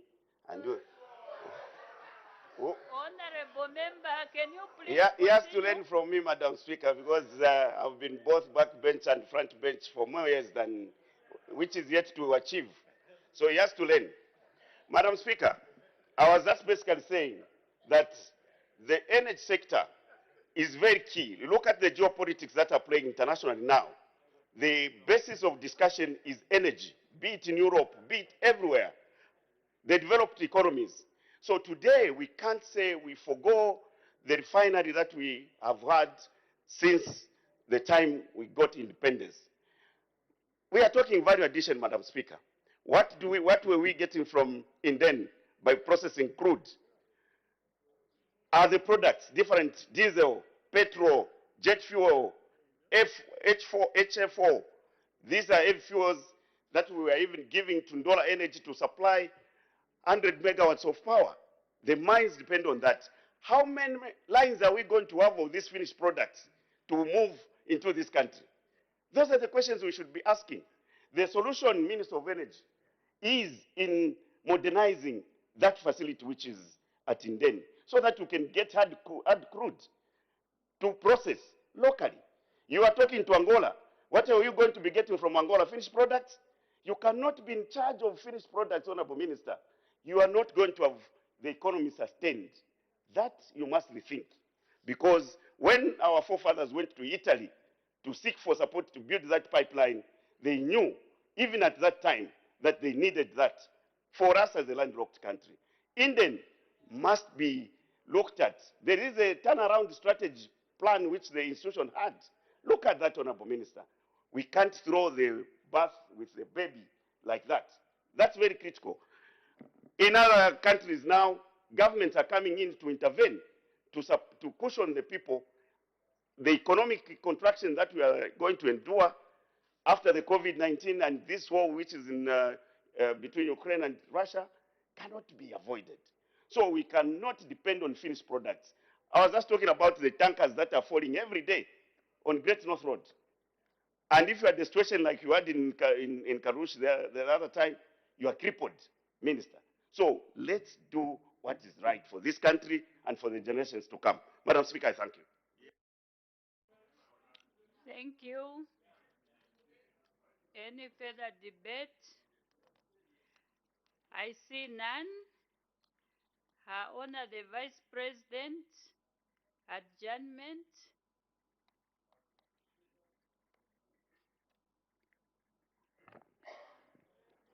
Madam Speaker, I beg to move that the House do now adjourn. Notice of an item for debate on the motion of adjournment of the House has been received. The Honorable Member for Chinsali. Madam Speaker, thank you for giving me an opportunity to present a subject of debate on the adjournment motion entitled Establish Distribution Points in each ward for the beneficiaries under the Farmer Input Support Program to access farming inputs. Madam Speaker, the main economic activity that is practiced by our people in Zambia, especially those in rural areas, is agriculture. Madam Speaker, this sector in Zambia supports the livelihood of about 85% of the population and also creates employment and generates income for many of our smallholder farmers. Madam Speaker, the government of the Republic of Zambia, GRZ, has recognized this fact. That is why in 2002 it introduced the Fertilizer Support Program FSP, which was later renamed in 2008 as the Farmer Input Support Program, commonly known as FISIP. The program was introduced to enhance access to agricultural inputs by small-scale farmers at an affordable cost and increase the participation and competitiveness of the private sector in the supply and distribution of agricultural inputs. Madam Speaker, the recent reforms that we have seen to this program, that have been made to this program, have raised, among other issues, the following issues that the government should seriously look at. Firstly, the issue of each farmer to collect farming inputs for him or herself from the distribution points in the Boma or Central Business District or CBD is a challenge for our vulnerable but viable farmers in our respective constituencies, Madam Speaker. Madam Speaker, it is appreciated that the reasons why the ministry decided to bring these reforms that entail that each farmer, regardless of where they live, they have to travel to the Boma or CBD to collect farming inputs for themselves. Madam Speaker, in the past, farmers used to complain that some cooperative leaders or cooperative representatives who they used to send to collect farming inputs on their behalf used to defraud them by giving them less farming inputs compared to what they expected to receive. And in some cases, they were not being given any farming inputs at all. Madam Speaker, in other cases, some cooperatives were not being honest with the government by deliberately failing to declare information relating to beneficiaries who passed away, but instead they were collecting the farming inputs on the slots for the dead beneficiaries. And it was discovered along the way when Ziamis was introduced under the umbrella of Smart Zambia that many of the civil servants, especially those in rural areas, were activated on the program who do not qualify to be beneficiaries. But in this case, they were getting farming inputs. Madam Speaker, the other observation was that some cooperative leaders, when they noticed that there are some members from their cooperatives who failed to raise the 400 kwacha to deposit, they were depositing on behalf of those vulnerable farmers who were failing to afford to raise the money. And eventually they were collecting the farming inputs that were not meant for them, but that were meant for the other farmers, but had failed to raise the 400 kwacha to deposit. So, Madam Speaker, it is understandable that the introduction of the biometric system will ensure that each farmer will only collect what belongs to